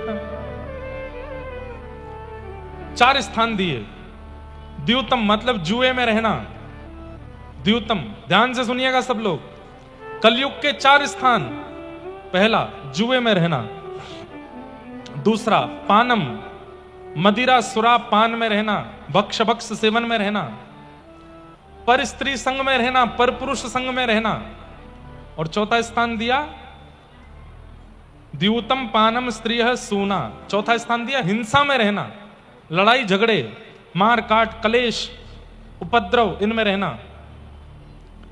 और पुनश्च याचमानाय जात रूप मदात प्रभु। कलयुग ने कहा एक स्थान और दे दीजिए, चार थोड़े कम है, राउंड फिगर कर दो, 5 दे दो। तो 5वां स्थान क्या दिया? बिना मेहनत के कमाए गए धन में रहना। ये 5 स्थान कलयुग के हैं। सबसे पहला स्थान क्या है? जुआ, जहां पर हम सट्टा लगाते हैं, रुपए को गिरवी रखते हैं, ये काम होगा तो ये इतना इतना, ऐसा। वो सट्टा जो खेलने वाले वो जानते होंगे कैसे नहीं खेलना है। लक्ष्मी को कभी दांव पर नहीं लगाना है, नहीं तो नारायण नाराज हो जाएंगे। धन लक्ष्मी है और उनको दांव पर लगाने वाला व्यक्ति महापापी है, इसलिए जुआ नहीं खेलना। कभी कभी लगता कलयुग इतना खतरनाक क्यों होता जा रहा है, क्योंकि ये 5 स्थान एक्टिव हैं भाई। हम पंडाल के अंदर बैठे हुए 10-12 हजार लोग होंगे, हम नहीं खेलते, लेकिन करोड़ों लोग हैं खेलते हैं। मैचेस चलते हैं, उनमें फिक्सिंग चलती है, ना जाने क्या क्या लोग किस किस तरीके से खेलते हैं, जुआ खेलते हैं। जुए में क्या होता है? लक्ष्मी को दांव पर लगाया जाता है, धन को दांव पर लगाते हैं, पाप है। जीवन में कभी जुआ नहीं खेलना, और खेला है तो प्रायश्चित करो, अब नहीं खेलना। और बुरा नहीं मानिएगा, हमारे आगरा, मथुरा, वृंदावन में कई लोग दीपावली वाले दिन जुआ खेलते हैं। जिस दिन लक्ष्मी का प्रादुर्भाव हुआ उस दिन जुआ खेलते हैं। कितना बड़ा घनघोर पाप कर रहे हैं हम लोग। नहीं खेलना। खेल कोई भी खेलिए, धन मत लगाइए। द्यूतम। दूसरा है पानम, मदिरा पान और भक्ष भक्ष सेवन। जीव पर हर उस वस्तु को रखना पाप है जिस वस्तु को रखने के लिए मना किया गया है। मांस नहीं खाना है, मदिरा नहीं पीनी है, तंबाकू नहीं खाना है, बीड़ी सिगरेट ये कुछ नहीं पीना। ये सारी नकारात्मक वस्तुओं को जिह्वा पर लेना ही नहीं है। ये तो हुई सेवन करने वाली वस्तु। अब आती है गाली गलौज और अपशब्द, ये भी जीभ पर नहीं आने चाहिए। हम लोग ही कहते हैं भाई अपशब्द मत बोलो, जीभ पर लक्ष्मी बैठती है। पता है कि जीव आसन है लक्ष्मी का, उस आसन को बिगाड़ क्यों रहे हो?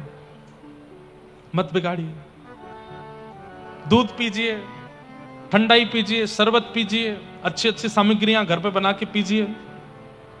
थोड़ी बहुत सोडा की अच्छी चीजें हैं वो भी पी सकते हैं, बाकी कुछ भी अपनी जीव पर और अपने अंदर ऐसी वस्तु जाने ही मत दीजिए जो अच्छी नहीं है, वो भी उसमें भी कलयुग का निवास है।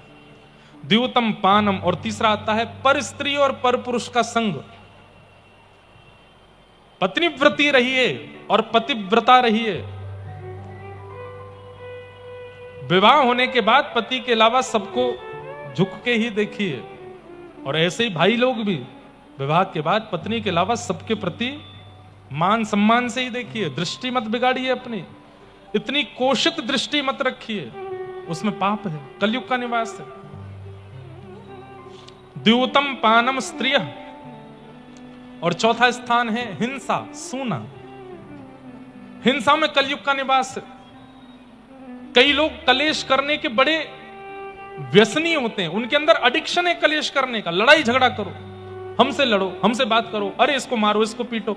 अभी यहाँ कथा हो रही है, यहाँ 10,000 की भीड़ लगी है, अभी पता चल जाए आगे चौराहे पे 2 लोगों में लड़ाई हो गई तो 500 लोग तो भाग जाएंगे देखने के लिए। मार दो, उठा के फेंक दो, हड्डी टूटी कि नहीं टूटी, हम भाई यार गिरा तो था, टूटी तो होगी। कई लोगों को कलेश देखना अच्छा लगता है। कई लोगों के घर मोहल्लों में जो रहते हैं, मोहल्ले में किसी घर में लड़ाई हो जाए तो सब छत पे खड़े हो जाते हैं देखने के लिए। कोई रोकने नहीं जाता, कोई समझाने नहीं जाता। मार काट में मजा आता है। एक बात कहें, ये कलेश देखने में रुचि जिनको होती है, इनमें भी कलयुग का निवास है। इसकी उससे बढ़ा दो, फिर कलेश होगा, आनंद आएगा। ऐसे भी लोग होते हैं। हाँ, तुम्हारे बारे में ऐसे कह रहा था वहां पे, तुम्हारे बारे में यूं बात चल रही थी वहां पे, अब फिर अच्छा तेने हमारे बारे में ऐसे कही, और किसने कही तुझसे? उसने बताई।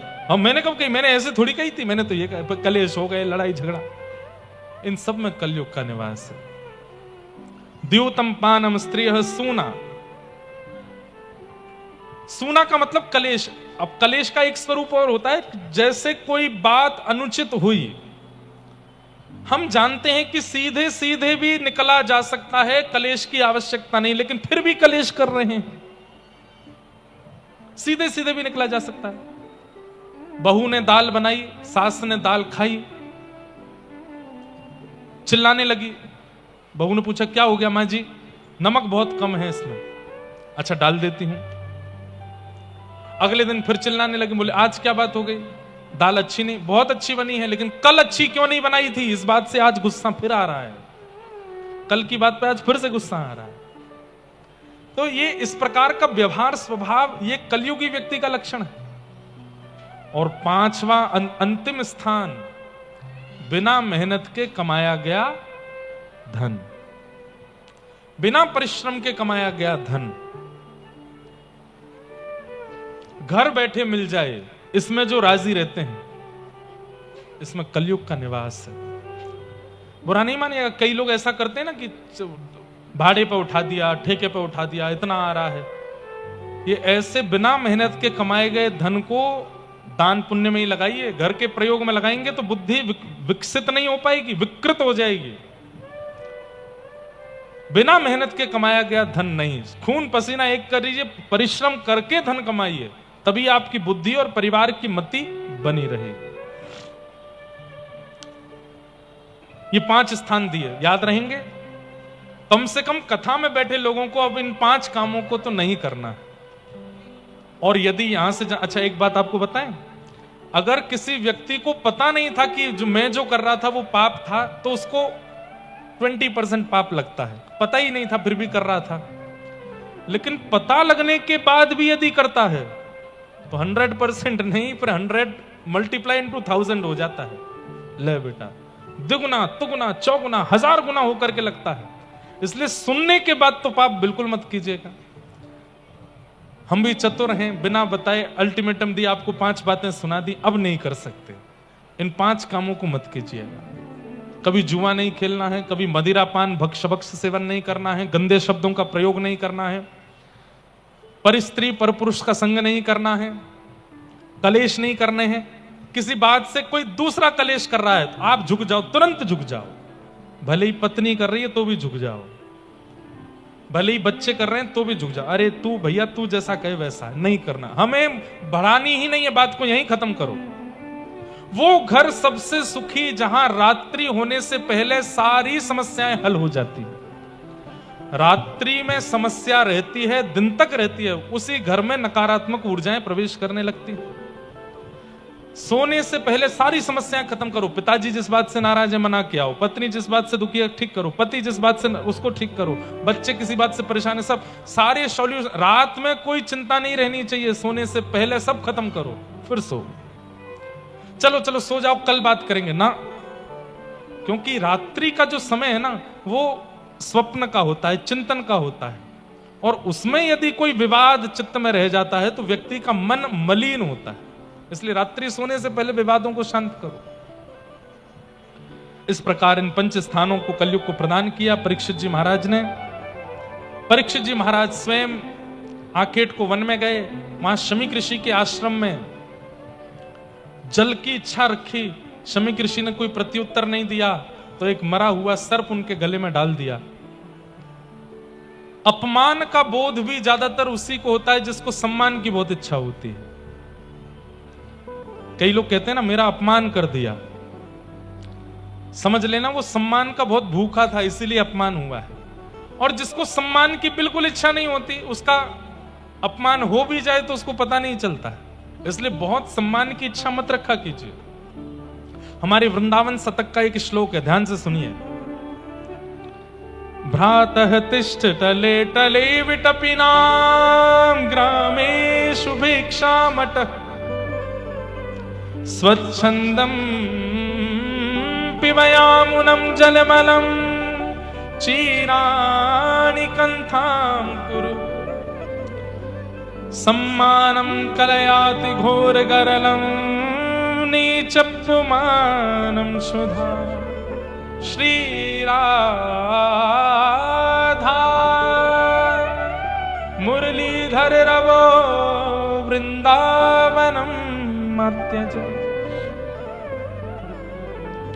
ध्यान से सुनो, वृंदावन में रहने वालों के नियम बताए गए हैं। वृंदावन में रह के प्रिया प्रियतम को प्राप्त करने वालों के नियम क्या हैं? बोले सबसे पहला भ्रातः तिष्ठ टले टले विटपिनाम ग्रामेषु भिक्षामटः। होटल में भोजन मत करो, बाहर मत खाओ। तो कहां खाओ? बोले किसी ब्रजवासी के यहां से मांग करके पालो। इसको कहते हैं भिक्षा मांग करके ले लो, मधुकरी मांग लो। अच्छा ये बात बोल करके एक बार मैंने अपने पैर पे कुल्हाड़ी मार ली थी। क्यों? मेरे घर पे ही 100 बालक पहुंच गए और मैं था नहीं। माता जी से मैया भिक्षा दो, गुरुदेव कहते हैं कथा में ब्रजवासी के घर से मांग के खाना। हमारी माता जी बोले अरे ये 200 बालक आ गए, कहां से बना के दूं इतना सारो। मैंने मैया टूक दे दो, लेकिन एक टूक दे दो उस सबन को। इसमें एक नियम आप कहोगे ये आपने जानबूझ के नियम बनाया है। और नियम क्या है? अपरिचित के घर से पाना चाहिए, परिचित के यहां से नहीं। जिसको जानते नहीं हो उसके घर जाओ। देखो भिक्षा मांगने का स्वरूप क्यों है? वृंदावन में भिक्षा क्यों होती है? भाई किसी के सामने मांगने के लिए जाओगे तो आप अपने ईगो को नष्ट करोगे। अगर परिचित के आगे हाथ फैलाना है तो कोई बड़ी बात थोड़ी है। परिचित के आगे तो कोई भी हाथ फैला लेता है। अपरिचित के यहां जाओ, डोरबेल बजाओ, ब्रजवासी कोई द्वार खोले, कहो भैया कुछ प्रसादी दे दीजिए, हम आगरा से आए हैं। और वो ब्रजवासी जब आपको मधुकरी दे घर की, उससे याचना मत कर, बोले जो हो कुछ नहीं है, एक तिनका ही दे दो, कुछ भी दे दो, उसको पाइए।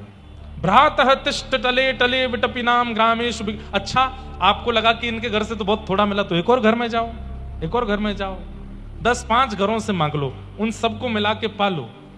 अरे भैया जिन ब्रजवासीन के घर में ठाकुर घुस के बिना बुलाए चोरी करके खा जाए, वह घर से मांग के खा लेने तो कौन सी बड़ी बात है? इसलिए भिक्षा। वृंदावन शतक में कहते हैं भ्रातः तिष्ठ टले टले विटपिनाम ग्रामेषु भिक्षामटः। आज भी वृंदावन में ऐसे बड़े बड़े आश्रम हैं जहां पर भंडारे चलते हैं, लेकिन वहां के स्वयं महाराज जी वहां का भोजन नहीं करते, उनके लिए किसी ब्रजवासी के घर से भिक्षा आती है। भ्रातः तिष्ठ टले टले विटपिनाम ग्रामेषु भिक्षामटः स्वच्छंदम पिबयामुनम जलमलम चीराणि कंथाम कुरु।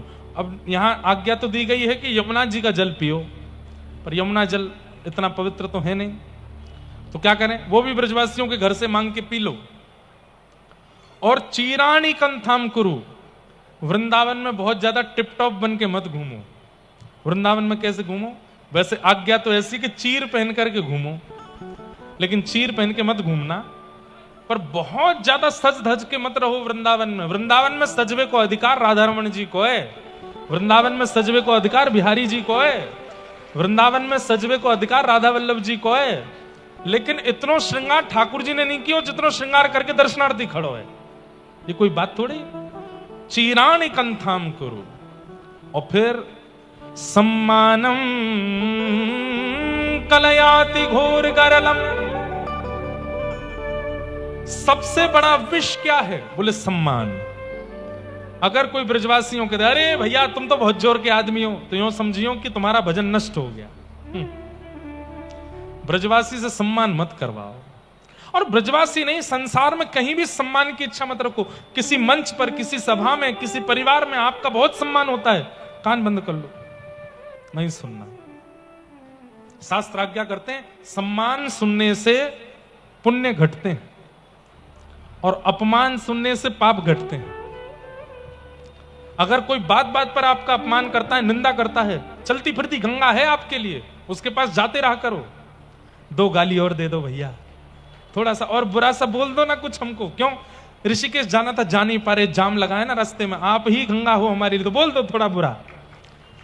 क्यों, अपनी निंदा सुनने से पाप घटते हैं। सम्मानम कलयाति घोर गरलम और नीचपमानम सुधा।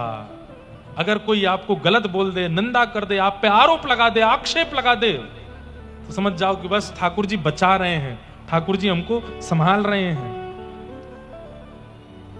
श्री राधा मुरलीधरो व्रज सखे वृंदावनम अत्यज। श्री किशोरी जी और ठाकुर जी को अपना सखा मान लो, लेकिन वृंदावन छोड़ के कभी मत जाओ। ये बात मैंने क्यों बताई? सम्मान की भूख जिसको बहुत ज्यादा होती है, अपमान भी उसी का ही होता है। सम्मान की इच्छा मत रखो, दीन बनो, सरल बनो, बहुत दैन्य रखो।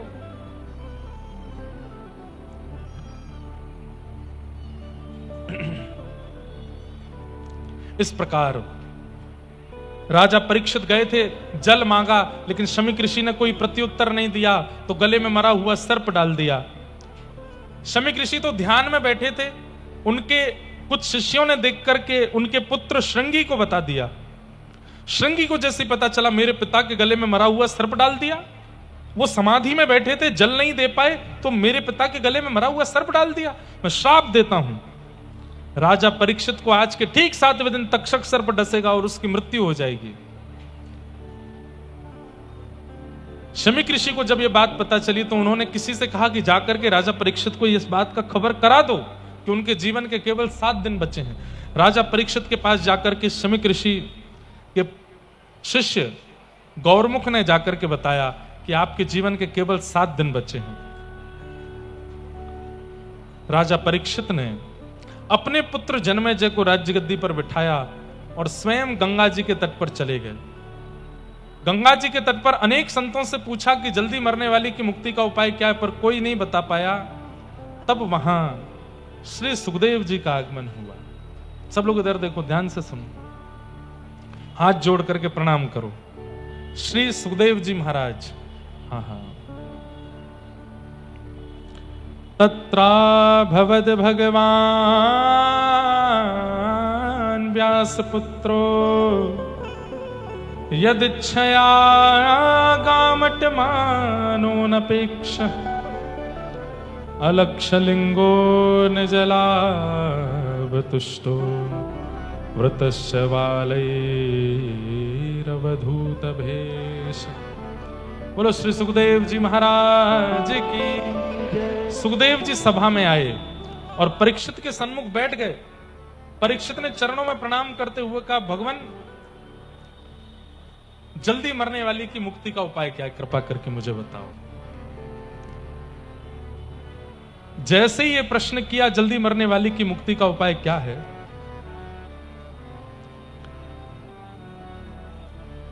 श्री सुखदेव जी यहां से बोलना प्रारंभ करते हैं। अब हम द्वितीय स्कंद, तृतीय, चतुर्थ, पंचम, षष्ठम, सप्तम, अष्टम, नवम और फिर दसम, अब 9 स्कंदों की कथा है। जल्दी जल्दी स्पर्श करते हुए नंदोत्सव की तरफ चलेंगे। बिल्कुल ध्यान से सब लोग बैठ जाइए, अपना स्थान जमा के बैठे रहना, उठ के जाना नहीं, और खूब आनंद से नंदोत्सव मनाएंगे। कथा प्रसंगों को स्पर्श करते हुए हम चलें। सुखदेव जी कहते हैं, वरीयानेशते प्रश्न क्रतो लोकहितं नृप आत्मवेद सम्मतः पुंसा श्रोतव्यादिषु पर। हे राजन, तुमने जो प्रश्न किया है वो सबके लिए किया है तो बहुत अच्छा है, लेकिन अकेले अपने लिए किया है तो अच्छा नहीं है। बोले क्यों? बोले जल्दी मरने वाले की मुक्ति का उपाय क्या है? ये सबके लिए तो अच्छा प्रश्न है भाई, कब किसके प्राण निकल जाए वो उपाय कर लेगा, लेकिन तुम कौन हो? तुम परीक्षित हो, तुमने जन्म बाद में लिया, तुम्हारी मां के गर्भ में प्रवेश करके भगवान ने तुम्हारी रक्षा पहले की है। तुम तो भगवत रक्षा किए गए हो, भगवत दर्शन तुमको हो चुका है, भगवत स्पर्श तुमको हो चुका है, तुमको तो मुक्ति मिलने वाली। तुम ये प्रश्न क्यों कर रहे हो? जब तुम अपनी मां के गर्भ में थे तब अश्वत्थामा ने ब्रह्मास्त्र छोड़ा था और द्वारिकाधीश ने तुम्हारी मां के गर्भ में प्रवेश करके अपनी गदा घुमा करके तुम्हारी रक्षा की थी। तुम्हें तो पहले ही मुक्ति मिल जाएगी, क्योंकि तुम जीवन मुक्त हो, ठाकुर जी का अनुभव तुमको हो चुका है। तुम ये प्रश्न कर रहे हो कि जल्दी मरने वाली के मुक्ति का उपाय क्या, तो तुम्हारे लिए उचित नहीं है। तो मैं क्या पूछूं फिर? बोले मुक्ति का मतलब है मृत्यु के बाद भगवान का दर्शन। तुम तो पूछो कि मैं भक्ति प्राप्त कैसे करूं। भक्ति का मतलब होता है जीते जी भगवान का दर्शन। क्या करना है बताओ?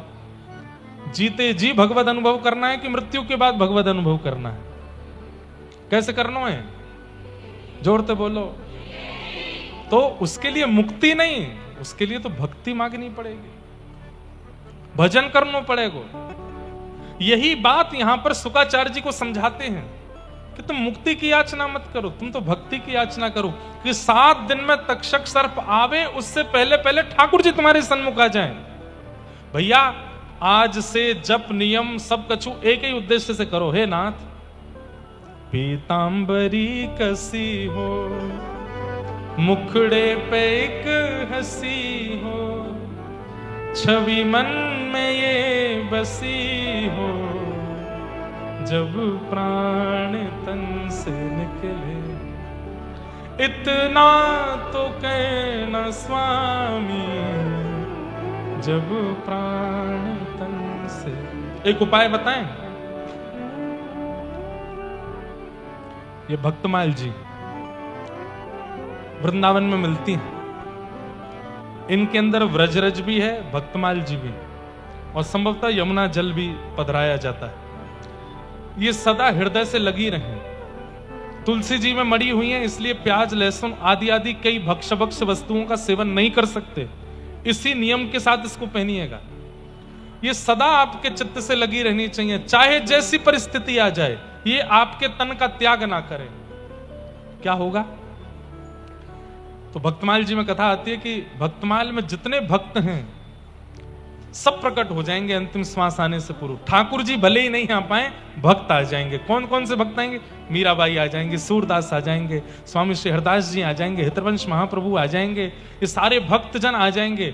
और भैया हरि नहीं आ पाए, हरिजन ही आ गए, तो हरिजन लेकर के जाएंगे कहां? हरि के पास ही लेकर के जाएंगे। इसलिए हमारे ब्रज के रसिकों ने कितनी सहजता बता दी। बोले क्या करो? बोले या तो भक्तमाल जी को गले में विराजमान कर लो, नित्य भक्तमाल सुनना शुरू कर दो, नहीं तो भक्तमाल जी को कंठ में धारण कर लो। अंतिम श्वास में हरि न भी आए तो हरिजन आ जाएंगे। कई बार पुलिस बैरिकेड लगा के रखती है, आगे सबको जाने की अनुमति नहीं होती, लेकिन हमारा कोई सगा संबंधी अगर आगे गया हुआ है, हम उसको फोन करते हैं, भैया ये पुलिस वाले आने नहीं दे रहे, इतने आ जाओ। तो वो आकर, भैया मैं अंदर का हूं, इनको भी अंदर आने दो। तो अंदर वाले की सुन करके वो हटा देता, अच्छा चलो तुम भी आ जाओ। तो ऐसे ही जो ठाकुर जी के चरणों में पहुंच चुके हैं, उन सब भक्तन की माला को गले में पहन लो, ताकि अंतिम श्वास आवे तो यमराज बैरिकेड तो लगाएगा, लेकिन वे भक्त जन आके कहेंगे नहीं ये हमारा है, या को भीतर भेजो, सोई हरि चरणार बिंद मिल जाएंगे। लेकिन इसका मतलब ये नहीं है कि छूट मिल गई इसको पहनने के बाद, अब तो चाहे जो करो तंत पटा हरिजन आवेंगे बच्चा पे।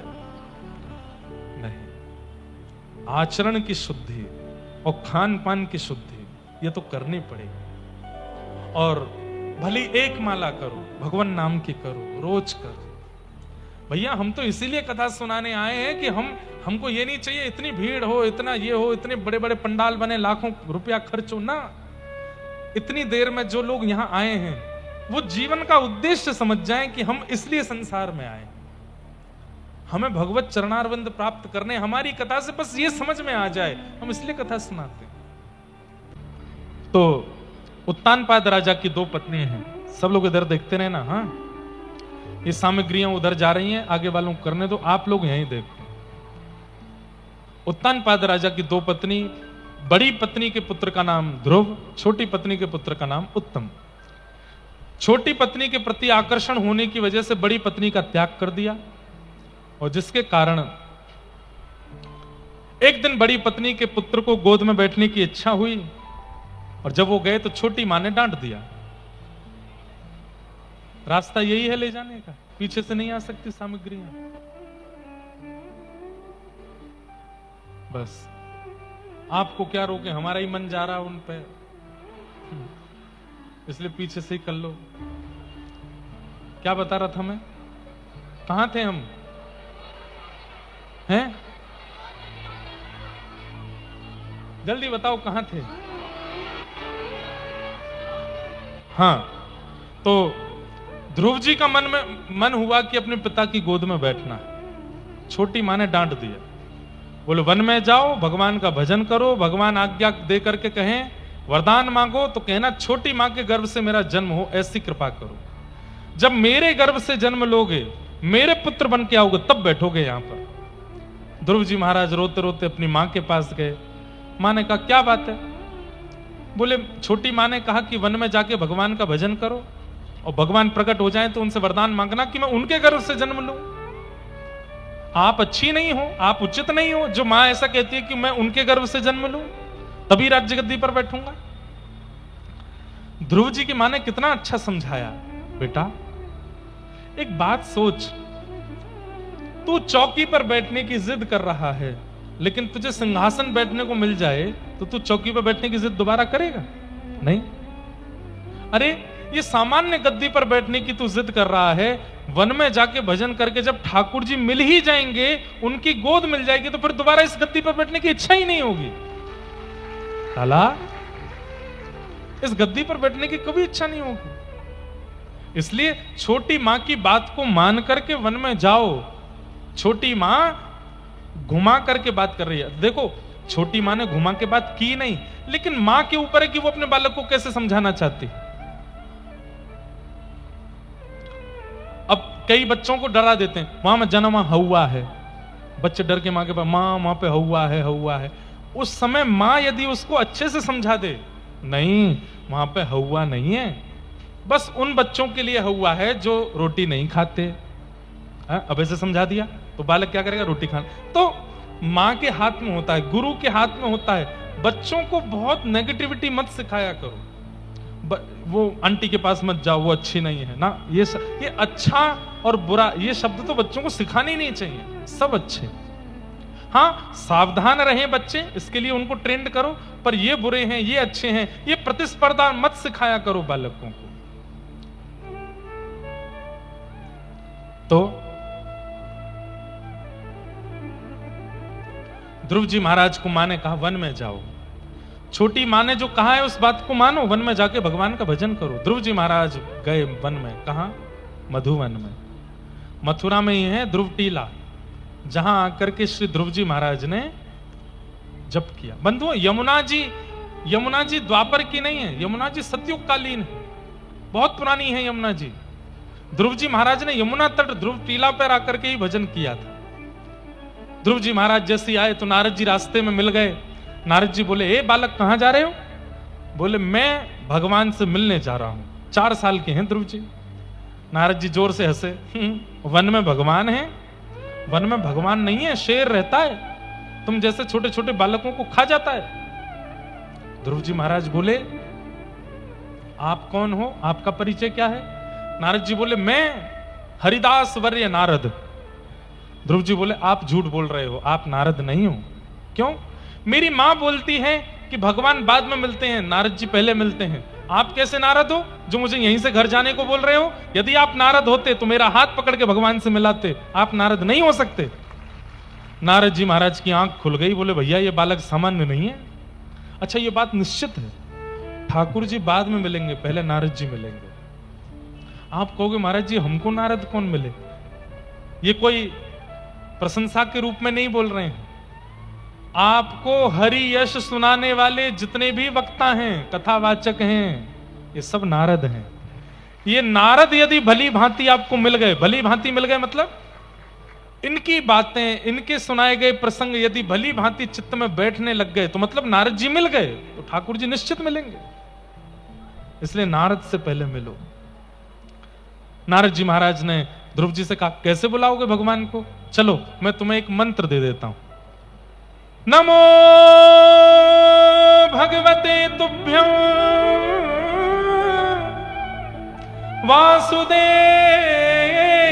वासुदेवाय धीमहि प्रद्युम्नाय अनिरुद्धाय नमः संकर्षणाय च। ओम नमो भगवते वासुदेवाय। ये 12 अक्षर मंत्र है। कितने अक्षर हैं इसमें? 12।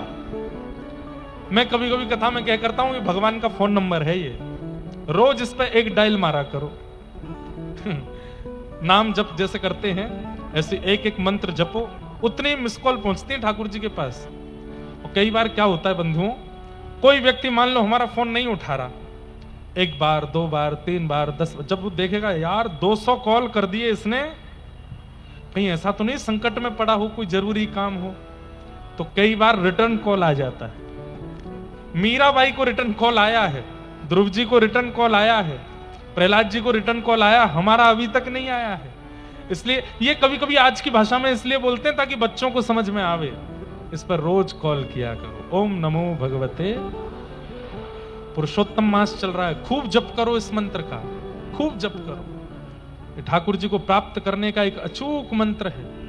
कितनों ने प्राप्त किया, प्रहलाद जी ने इसी मंत्र से प्राप्त किया, ध्रुव जी ने इसी मंत्र से प्राप्त किया, अनेकों ने इसी मंत्र से भगवान को प्राप्त किया। 12 अक्षर मंत्र दे दिया, कहा ध्रुव जाओ भगवान को प्राप्त कर लो। ध्रुव जी महाराज आए, तिरात्रांते तिरात्रांते कपित्थ बद्रासन।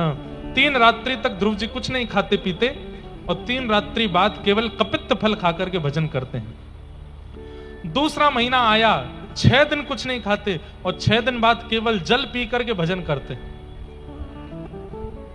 तीसरा महीना आया, 9 दिन तक कुछ नहीं खाते और 9 दिन बाद केवल श्वास लेकर के भजन करते हैं। चौथा महीना आया, चौथे महीने में अब श्वास लेना भी बंद कर दिया है। सब कुछ जीत करके 5वें महीने में जैसे ही श्वास वशीकृत करके प्रवेश किए हैं, 33 कोटि देवता त्राहिमाम करते ब्रह्मा जी के पास गए, बोले इसको दर्शन दिलवाइए, इसने श्वास रोक ली है अपनी। अरे नन्हा सा बालक इतना कठिन तप कर रहा है, लोगों का तप से विश्वास उठ जाएगा यदि भगवान दर्शन देने नहीं गए तो। ब्रह्मा जी ने जाकर के भगवान से प्रार्थना की, नाथ मथुरापुरी में यमुना जी के तट पर एक बालक, भगवान 2 बार आए मथुरा में, एक बार हरि के रूप में आए ध्रुव दर्शन देने के लिए और एक बार कृष्ण रूप में आए हैं बाल लीला करने के लिए। हमें तो ऐसा लगता है कि जब ध्रुव जी को दर्शन देने आए थे तभी भगवान को ब्रजमंडल अच्छा लग गया था, तभी भगवान ने सोची अब तो यहीं जन्म लूंगा मैं। तो ध्रुव जी को दर्शन देने के लिए ब्रह्मा जी ने जब प्रार्थना की तब भगवान क्या कहते हैं, भागवत जी में स्पष्ट लिखा है, ठाकुर जी कहते हैं ध्रुव को दर्शन देने नहीं जाएंगे हम, तो बोले ध्रुव का दर्शन करने जाएंगे। ऐसे अद्भुत बालक को तो हम देखने के लिए जाएंगे। आहा, गरुण जी पर अविराजित होकर के शंख चक्र गदा पद्मधारी चतुर्भुज रूपधारी भगवान प्रकट हो गए मथुरापुरी में, मधुपुरी में, और मधुवन में ध्रुव जी महाराज हाथ जोड़ करके ओम नमो भगवते वासुदेवाय भजन कर रहे हैं, भजन कर रहे हैं। तभी भगवान का सन्मुख आगमन हुआ। ध्रुव जी ने नेत्र नहीं खोले, 10 मिनट 15-20 मिनट हो गए, ध्रुव जी आंख बंद करके खड़े। गरुड़ जी महाराज बोले जय जय, ये तो आंख ही नहीं खोल रहा। भगवान बोले चित्त में हमारा अनुभव कर रहा है।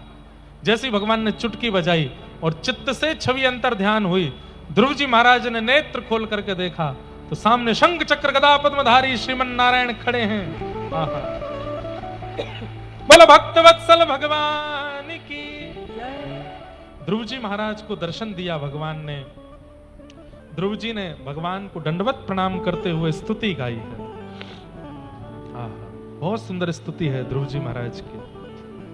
क्या कह रहे हैं? हे नाथ, आपने बड़ी कृपा की, जो आप दर्शन देने के लिए मेरे पास पधारे, मुझ अधम पर कृपा करने के लिए मेरे पास आए। नाथ, ये आपकी बड़ी कृपा है। और ध्रुव जी महाराज अपनी स्तुति में बहुत सुंदर बात कहते हैं। क्या? योऽन्तः प्रविश्य मम वाचमिमां प्रसुप्तां संजीवयत्यखिल शक्तिधर स्वधाम्ना अन्यां सहस्त्रचरण श्रवणत्वगादि प्राणान् नमो भगवते पुरुषाय तुभ्यम्। हे नाथ, मेरी प्रत्येक इंद्रियों को ऊर्जा देने वाले आप हो। तो प्रत्येक इंद्रियों को ऊर्जा देने वाले व्यक्ति को, प्रत्येक इंद्रियों को ऊर्जा देने वाले आपको मुझे प्रत्येक इंद्रिय से पूजना चाहिए। जैसे हम केवल आंखों से दर्शन करते हैं, कानों से श्रवण करते हैं। ये पीछे से हम पर लेजर कौन मार रहा है भैया? बिल्कुल पीछे से। उनसे भी प्रार्थना है ऐसा मत करो, नहीं तो यहां प्रशासन की पुलिस भी लगी है, 2 मिनट में पकड़ लेगी आपको। बताओ कैसे कैसे विक्षेप डालते हैं कथा में। वहीं से लेजर मार रहे हैं माथे पर। क्या बता रहा था मैं? हमारी प्रत्येक इंद्रिय को ऊर्जा आपसे मिलती है। आंखों में देखने की ऊर्जा भगवान देते हैं, कानों में सुनने की शक्ति भगवान देते हैं, जीभ में चखने की शक्ति, बोलने की शक्ति भगवान देते हैं, हाथों में कर्म करने की, पैरों से चलने की शक्ति भगवान देते हैं। प्रत्येक इंद्रिय को कर्म करने की शक्ति भगवान देते हैं। तो प्रत्येक इंद्रिय से कृतज्ञता ज्ञापन करनी चाहिए हमें। आंखों को देखने के लिए आपने शक्ति दी, तो हे नाथ, मैं इन आंखों से आपको देख के आपको धन्यवाद कहता हूं। कानों से आपने सुनने की शक्ति दी, तो इन कानों से आपकी कथा कीर्तन सुन के आपको धन्यवाद कहता हूं। हाथों से कर्म करने की शक्ति, तो इन्हीं हाथों से आपकी सेवा करके मैं आपको धन्यवाद करता हूं। पैरों को चलने की शक्ति आपने दी, तो इन्हीं पैरों से आपकी प्रदक्षिणा करके आपको धन्यवाद करता हूं। हम किसी भी एक इंद्रिय को यदि भगवत सेवा से विमुख कर देते हैं तो वही इंद्रिय पाप करने लग जाती है। इसलिए सर्वांगीण अंग से भगवान का भजन करो, भगवान की सेवा करो, क्योंकि सारी इंद्रियों को भगवान ने ही शक्ति प्रदान की है। ये स्तुति गाते हुए अंत में ध्रुव जी महाराज कहते हैं, भक्ति मोह प्रवहताम त्वयि में प्रसंगो भूयादनंत महताम अमलाशयानाम येनांजसोल्वणमुरुव्यसनं भवाब्धिं निश्चय भवत गुण कथामृतपान मत्त। हे नाथ, मुझे आपसे एक वस्तु चाहिए। मुझे ये श्लोक बहुत अच्छा लगता है। ध्रुव जी क्या कहते हैं? भगवान से कहते हैं मुझे आपसे एक वस्तु चाहिए। बोले क्या? बोले मुझे एक व्यसन लगा दीजिए, मुझे एक एडिक्शन दे दीजिए, मैं एक नशा करने लग जाऊं। बोले क्या? बोले आपकी कथा सुनने का मुझको व्यसन हो जाए। जैसे नशा करने वाला व्यक्ति बिना उस नशीले पदार्थ के रह नहीं पाता, ऐसे मैं भी आपकी कथा के बिना रह ना पाऊं। नाथ, ऐसी कृपा मुझ पर कर दो। भक्ति मुह प्रवहताम त्वयि में प्रसंगो भूयादनंत महताम अमलाशयानाम येनांजसोल्वणमुरु व्यसनम भवाब्धिम निश्चय भवत गुण कथामृतपानमत्त। मैं आपकी कथा सुनना और आपका कीर्तन गाने का मुझे व्यसन लग जाए नाथ, ऐसी मुझ पर कृपा कर दो। ध्रुव जी महाराज ने स्तुति गाई, भगवान ने उन पर कृपा की। तत्पश्चात ध्रुव चरित्र आगे बढ़ा। ध्रुव जी वापस लौट करके गए, पिताजी ने सिंहासन दिया, 36,000 वर्ष तक राज्य किया ध्रुव जी ने। तत्पश्चात सशरीर भगवान के धाम को गए, इसलिए आज भी ध्रुवलोक का दर्शन होता है पृथ्वी से। वहां आज भी ध्रुव जी महाराज और अनन्य भक्त ध्रुव जी के साथ विराजते हैं। बोलो भक्तवत्सल भगवान की। ध्रुव जी के वंश में राजा अंग हुए, इनके बेटा बैन हुए। तत्पश्चात भगवान पृथु और पृथु महाराज ने, जिनके कारण इस धरती को पृथ्वी कहा जाता है, आदि आदि सब क्रम सुनाए गए। भूगोल खगोल का वर्णन किया, नरकों का वर्णन किया, अजामिलोपाख्यान सुनाया गया। तत्पश्चात भगवान के एक असुर भक्त की कथा आती है जिसका नाम है वृत्रासुर। असुर होते हुए भी भक्त है भगवान का। वृत्रासुर ने भगवान की एक बहुत सुंदर स्तुति गाई। अहम हरे तब पादई कमूल दासानुदासो भवतास्म भूयः मनस्मरेता सुपतेर गुणांस्ते गृणीत वा कर्म करोतु कायः ननाक पृष्ठम न चपारमेष्टम न सार्वभौमम न रसाधिपत्यम न योग सिद्धिम अपुनर्भवम वा समंजसत्वा विरहय्य कांक्षे अजात पक्ष इव मातरम खग स्तन्यम यथा वत्सतराच्छुधार्ता प्रियम प्रियैव विशुतम विषन्ना मनोरविंदाक्ष दृदीक्षते त्वाम। वृत्रासुर ने भगवान की स्तुति गाई। ये प्रसंग हम कई बार विस्तार से सुना चुके हैं। असुर भगवान का भक्त, जिसे बाद में फिर हमारे रसिकाचार्य भक्त वृत्त कहने लगे। बोले इसको असुर मत कहो, ये तो भक्त है। क्या मांगा भगवान से, सूक्ष्म में समझाऊं। भगवान से कहते हैं कि हे नाथ, मैं आपके चरणों का दास नहीं बनना चाहता। भगवान बोले तो, बोले दासानुदासो भवतास्म भूय, आपके दासों के दासों के दासों के दासों के चरणों का मुझे दास बना दीजिए, ये कृपा मुझ पर कर दीजिए। भगवान बोले ऐसा क्यों, मेरा दास क्यों नहीं बनना? मैं सामने खड़ा हूं, मेरा दास नहीं बनना? और मेरे चरणों के दासों का दास तुझे क्यों बनना है? बोले नाथ, आप सुदर्शन लेकर के गजेंद्र की रक्षा करने गए थे, लेकिन गजेंद्र तो बाद में वैकुंठ पहुंचा। गजेंद्र से 15-20 मिनट पहले वो ग्राह मगरमच्छ पहुंच गया था वैकुंठ। क्यों? क्योंकि वो आपके दास गजेंद्र के चरणों को अपने मुख में लेकर के बैठा था। उसका उद्धार पहले हो गया जो आपके भक्तों के चरणों में पड़ा रहता है। इसलिए नाथ, मुझे अपने उद्धार में देरी नहीं चाहिए। दासानुदासो भवतास्म भूय, कितनी अच्छी बात है। वृत्रासुर का अगर मैंने प्रसंग सुना दिया तो आपके नेत्र सजल हो जाएंगे, इतना अद्भुत चरित्र है। लेकिन अवकाश नहीं है, इसलिए मैं केवल उनके श्लोक की व्याख्या कर रहा हूं। सीधे ठाकुर जी के चरण मत पकड़िए, ठाकुर जी के दासों के दास बनिए। ठाकुर जी के जो भजते हैं, ठाकुर जी का जो स्मरण करते हैं, ठाकुर जी का जो स्मरण करते हुए अपना जीवन उद्धार कर रहे हैं, उनके दासों के दास बनने का प्रयास कीजिए। सीधे ठाकुर जी के दास। इसलिए हमारे यहां गुरु पद्धति है, गुरु प्रणाली है। क्यों? हम ठाकुर जी से जाकर के जब दीक्षा हो जाती है ना, तो दीक्षा होने के बाद हम ठाकुर जी को ऐसे प्रणाम नहीं करते, हम फिर नियमित रूप से प्रणाम करते हैं। अस्मत् गुरुभ्यो नमः, अस्मत् परम गुरुभ्यो नमः, अस्मत् सर्व गुरुभ्यो नमः, श्रीमते रामानुजाय नमः। और फिर अपना नाम बोला जाता है, जो गुरु जी ने नाम दिया उस नाम से फिर प्रणाम किया जाता है। हे भगवान, तोताद्री रामानुजदास का दंडवत प्रणाम स्वीकार करें, यह हमारा गुरु प्रदत्त नाम है। गत वर्ष हमारी गुरु गादी श्री दक्षिण भारत में विराजमान है तोताद्री मठ, वहां के स्वामी जी ने हमको ये नाम दिया, तोताद्री रामानुजदास। वैसे हमारा कथा का नाम इंद्रेश है, लेकिन दीक्षा का नाम क्या है? तोताद्री रामानुजदास। तो अब कहीं भी ठाकुर को प्रणाम करते हैं तो इसी नाम से प्रणाम करना पड़ता है, तोताद्री रामानुजदास का प्रणाम करें। तो इसमें क्या आ गया? रामानुजदास, मतलब आपके जो चरणों के दास हैं रामानुजाचार्य जी, उनके चरणों का मैं दास आपको प्रणाम कर रहा हूं। तब ठाकुर जी कृपा करते हैं, तब ठाकुर जी अनुग्रह करते हैं। और अब एक सामान्य सरल सी बात, ब्याज से ज्यादा मूल प्यारा होता है, अपने पुत्र से भी ज्यादा पौत्र प्रिय होता है। पुत्र के जन्म लेने पर पिता की आंखें सजल हो जाती हैं, और मैं पिता बन गया। लेकिन जब वही पिता दादा बन जाता है तो नाचने लगता है, मैं दादा बन गया। लेकिन वही दादाजी जब परदादाजी बन जाते हैं, उठने की स्थिति नहीं रहती, फिर भी नाचते हैं, सोने की सीढ़ी चढ़ जाते हैं कि मैं परदादा बन गया। इसका मतलब क्या है? पुत्र से प्रिय पौत्र, और पौत्र से प्रिय पर पौत्र। ऐसे ही यही प्रणाली भगवत सन्निधि में चलती है। ठाकुर जी को अपने भक्त प्रिय हैं, पर उनसे भी ज्यादा भक्तों के भक्त प्रिय हैं, उससे भी ज्यादा भक्तों के भक्त प्रिय हैं। इसलिए वृत्रासुर कहता है, नाथ आपके चरणों का नहीं, दासानुदासो भवतास में भूया, मुझे उनका दास बना। कई बार ऐसा होता है, हम अपने गुरुदेव की बड़ी महिमा गाते हैं ना, तो कई लोग टोकते हैं, गुरु जी हैं वो भगवान नहीं है, इतना महिमा मंडन मत करो उनका, ऐसा कहते हैं। या जाने कहां गवार, प्रेम ने दिया कि सदा उल्टी बहे। अब उसको क्या समझाएं हम, वो गुरु शिष्य प्रेम तो जानता नहीं।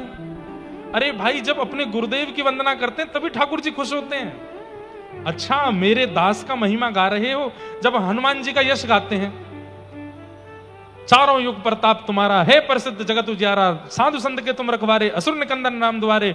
हनुमान चालीसा से हनुमान जी कम प्रसन्न होते हैं, राम जी ज्यादा प्रसन्न होते हैं। हाँ, हमारे हनुमान जी का यश गा रहा है, मेरे हनुमान जी का यश गा रहा है, और राम जी कृपा करते हैं। फिर राम रक्षा स्तोत्र जब हम गाते हैं तब हनुमान जी खुश होते हैं। अपना यश सुन करके कौन खुश होता है? अब सोचो, आप मेरा यश गाओ और मैं यूं बैठूं, लोग देखने वाले क्या कहेंगे, भाई कैसा आदमी है, अपने आप को पुजवा के खुश हो रहा है। ऐसे ही हनुमान जी महाराज खड़े हैं, हाथ में गदा लिए और पर्वत लिए, और कोई गा रहा है, भूत पिशाच निकट नहीं आवे, महावीर जब नाम सुनावे, ना सरोग हरस पीरा जपत निरंतर। हनुमान जी खुश नहीं होते, हनुमान जी के चित्त में बैठे हुए राम जी खुश होते हैं। मेरे दास हनुमान का यश गा रहा है, इस पर कृपा करो, इसका मंगल करो। दासानुदासो भवतास में भूय। बहुत अच्छी है, वृत्रासुर की स्तुति पूरी नहीं कहेंगे। आगे फिर प्रहलाद चरित्र सुनाया गया। हिरण्यकश्यप नाम का एक दैत्य, जिसके यहां पर प्रहलाद जी जन्मे, और प्रहलाद जी महाराज ने एक निष्ठता रख करके पहाड़ से घेर दिया गया, खूब प्रकार से मारा गया, लेकिन हरिनाम नहीं छोड़ा। और उसी विश्वास पर खंभ भेदन करके भगवान नृसिंह प्रकट हो गए और हिरण्यकश्यप का पेट विदरण करके उसकी मृत्यु कर दी। बोलो नृसिंह भगवान की। हाथ जोड़ के प्रणाम करो। सत्यम विधातुम निज भृत्य भाषितम व्याप्तिम च भूतेष्वखिलेषु चात्मनः अदृश्यतात्यद्भुत रूप मद्वहम स्तंभे सभाया न मृगम न मानुषम। नृसिंह भगवान प्रकट हुए।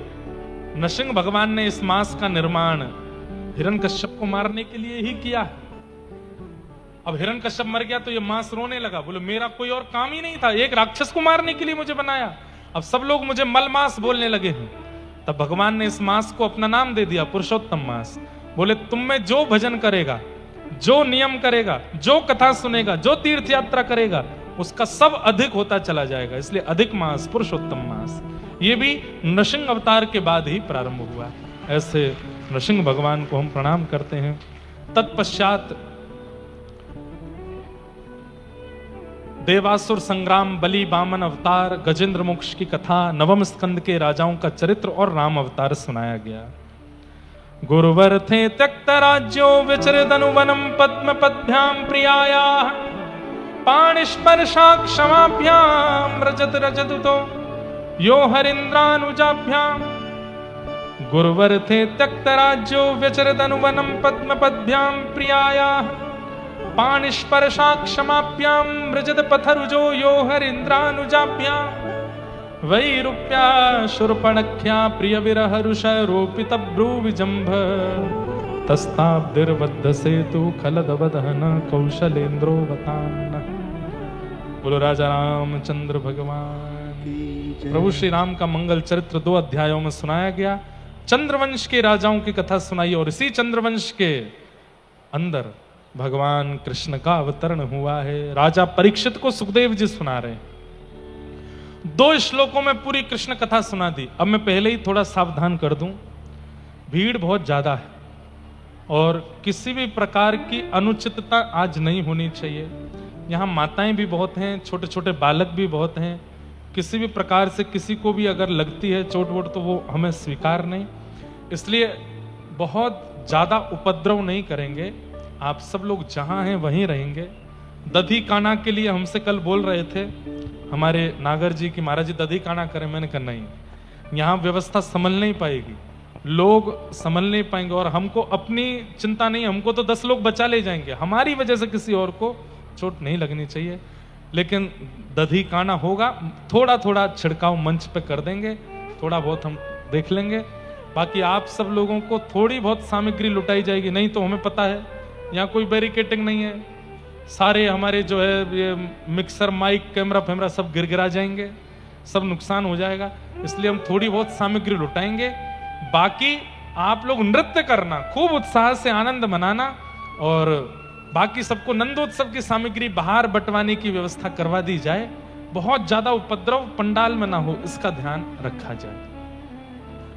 2 श्लोकों में कृष्ण कथा सुना करके जब परीक्षित जी को सुखदेव जी शांत हो गए, परीक्षित जी ने चरणों में प्रणाम किया। इधर देखो, यहां देखो, यहां देखो, अरे ये कथा ही बधाई है, इसको लूटो। वो बधाई कौन सी बधाई जो टॉफी वॉफी खाल के खत्म कर दोगे, रैपर फेंक दोगे, वो बधाई थोड़ी। ऐसी बधाई लेकर के जाओ जो जीवन भर काम आने वाली है, कथा रूपी बधाई लेकर के जाओ। 2 श्लोकों में कृष्ण कथा सुना करके जब सुखदेव जी मौन हो गए, परीक्षित जी ने कहा भगवान हो गई कथा? बोला हाँ। तो नहीं नाथ, कृष्ण कथा विस्तार से सुनाइए, और विस्तार नहीं अति विस्तार से सुनाइए। तब परीक्षित जी को सुखदेव जी कहते हैं कि 4 दिन हो गए, कुछ खा पी लो, तुम बैठे हो एक आसन पर, भूख नहीं लगती, प्यास नहीं लगती, अब तो केवल कृष्ण चाहिए। कृष्ण मन कृष्ण धन, कृष्ण ही हमारो धन, आठों याम ऊधो हमें कृष्ण ही सो काम है। गोपियां कहती कृष्ण मन कृष्ण तन, कृष्ण ही हमारो धन, अरे कृष्ण जीवन है।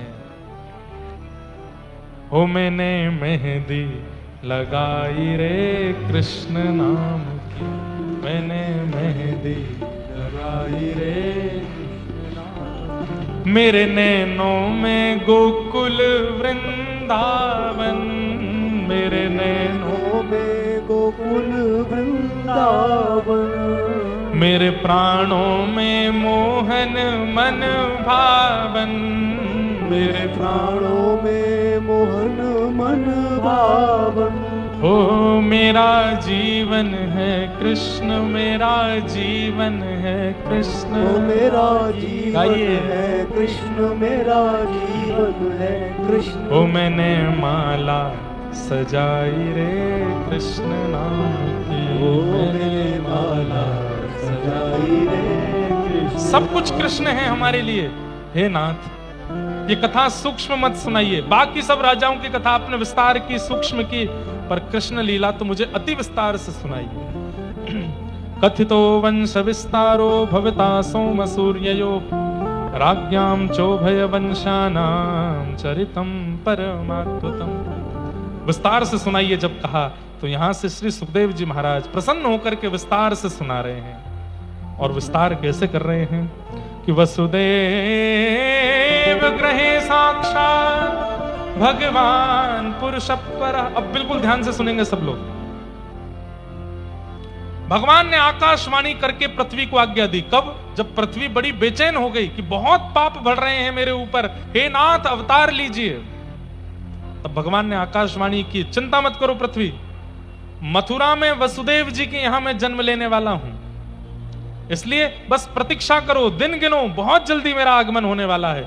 ये आकाशवाणी सब देवताओं ने सुन ली। सारे देवता अलग अलग रूप धारण करके ब्रजमंडल में आ गए। कोई गैया बनो है, कोई बछड़ा बनो है, कोई बछिया बनो है। अच्छा सुनो, भगवान ने जब मत्स्य अवतार धारण किया था तो समुद्र की सारी मछलियां उन पर मोहित हो गईं। इतने सुंदर, सबको लगना लगा कि ये हमारे प्राणनाथ हो जाएं, इनसे हम विवाह कर लें। तो उस समय मत्स्य अवतार को देख करके जितनी मछलियां मोहित हुई, वे सब ब्रजमंडल की गोपी बन के आ गईं। भगवान जब कूर्म बन के गए तो कच्छप भगवान को देख करके जितनी कच्छपी भगवान पर मोहित हुई, वे भी ब्रजमंडल में गोपी बन करके आ गईं।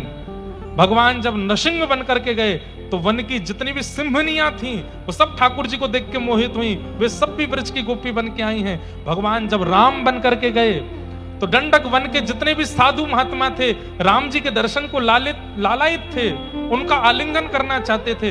राम जी की कृपा से वे भी ब्रजमंडल की गोपी बन करके आए हैं। मतलब अब तक जितने भी अवतार हुए, उन अवतारों में ठाकुर जी की रूप माधुरी को देख करके जो जो निहाल हुए, सब ब्रजवासी बन करके आए ब्रजमंडल। सब आए हैं गोपी बन करके, ग्वाल बन करके, गोप बन करके, गैया बन करके, बछड़ा बन करके, बछिया बन करके।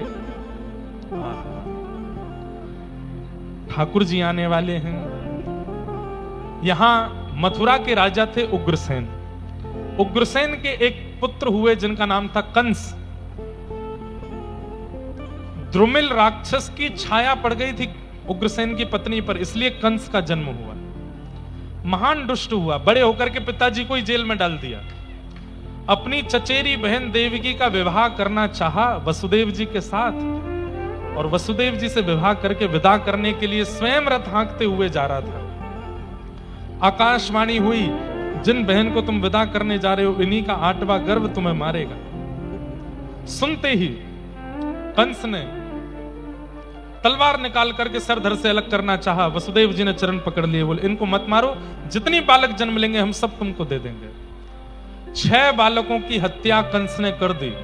7वें बालक के रूप में बलराम जी पधारे, और श्री बलराम जी महाराज आने ही वाले थे, उससे पहले योग माया की कृपा से देवकी मैया के गर्भ से स्थानांतरित होकर के गोकुल में रोहिणी मैया के गर्भ में पहुंच गए।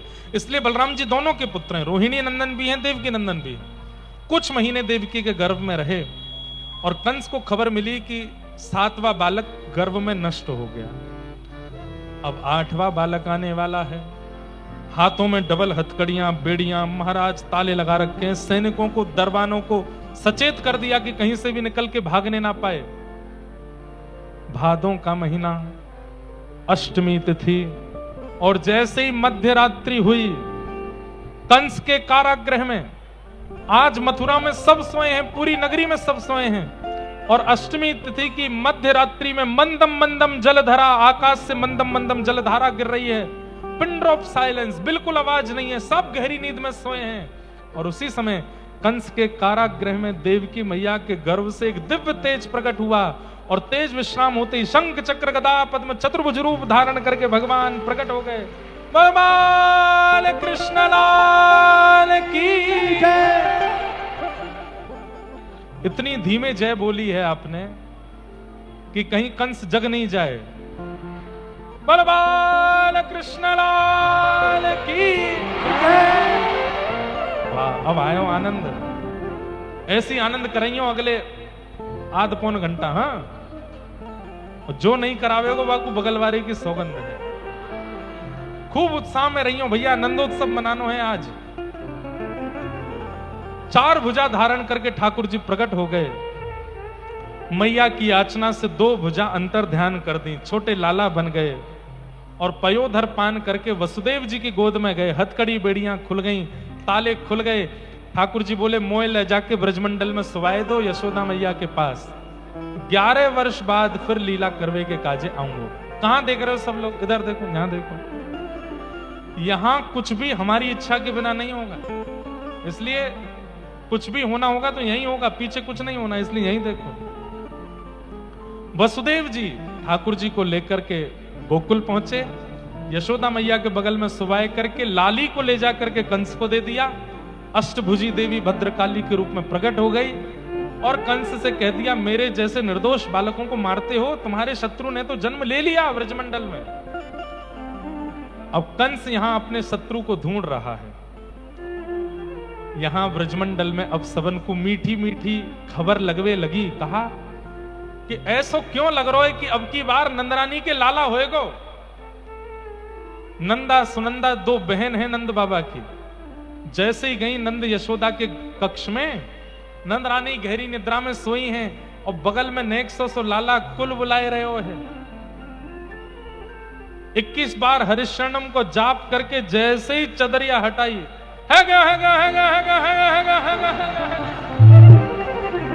एक दूसरे को मुंह बंद किया। नहीं नहीं नहीं नहीं, अभी हल्ला मत करे, या खबर को तो सबसे पहले नंद बाबा को सुनाएंगी। अब नंद बाबा के पास जा रही हैं, और पूरे ब्रज की गली में हल्ला करती जा रही हैं, ब्रजवासी अटारीन पे निकल के छतन से अपने द्वार पे आके पूछने, कहा भयो? बोलो कहा भयो? अरे मैं ना पूछ रहा, तुम मुझसे पूछो, और जोर से पूछो। ऐसे नहीं बताऊंगा। ना ना ना, नंदा सुनंदा दौड़ करके गई नंद बाबा के पास, और वहां जाके बोली आप सब ब्रजवासीन की कृपा से नंद रानी के लाला भयो है। बधाई हो, बधाई हो, बधाई हो। अब तुम्हारा जैसे ही खबर फैली पूरे नंदगाम में, पूरे गोकुल में कि नंद जी के लाला भयो है, सब नाच रहे हैं, गा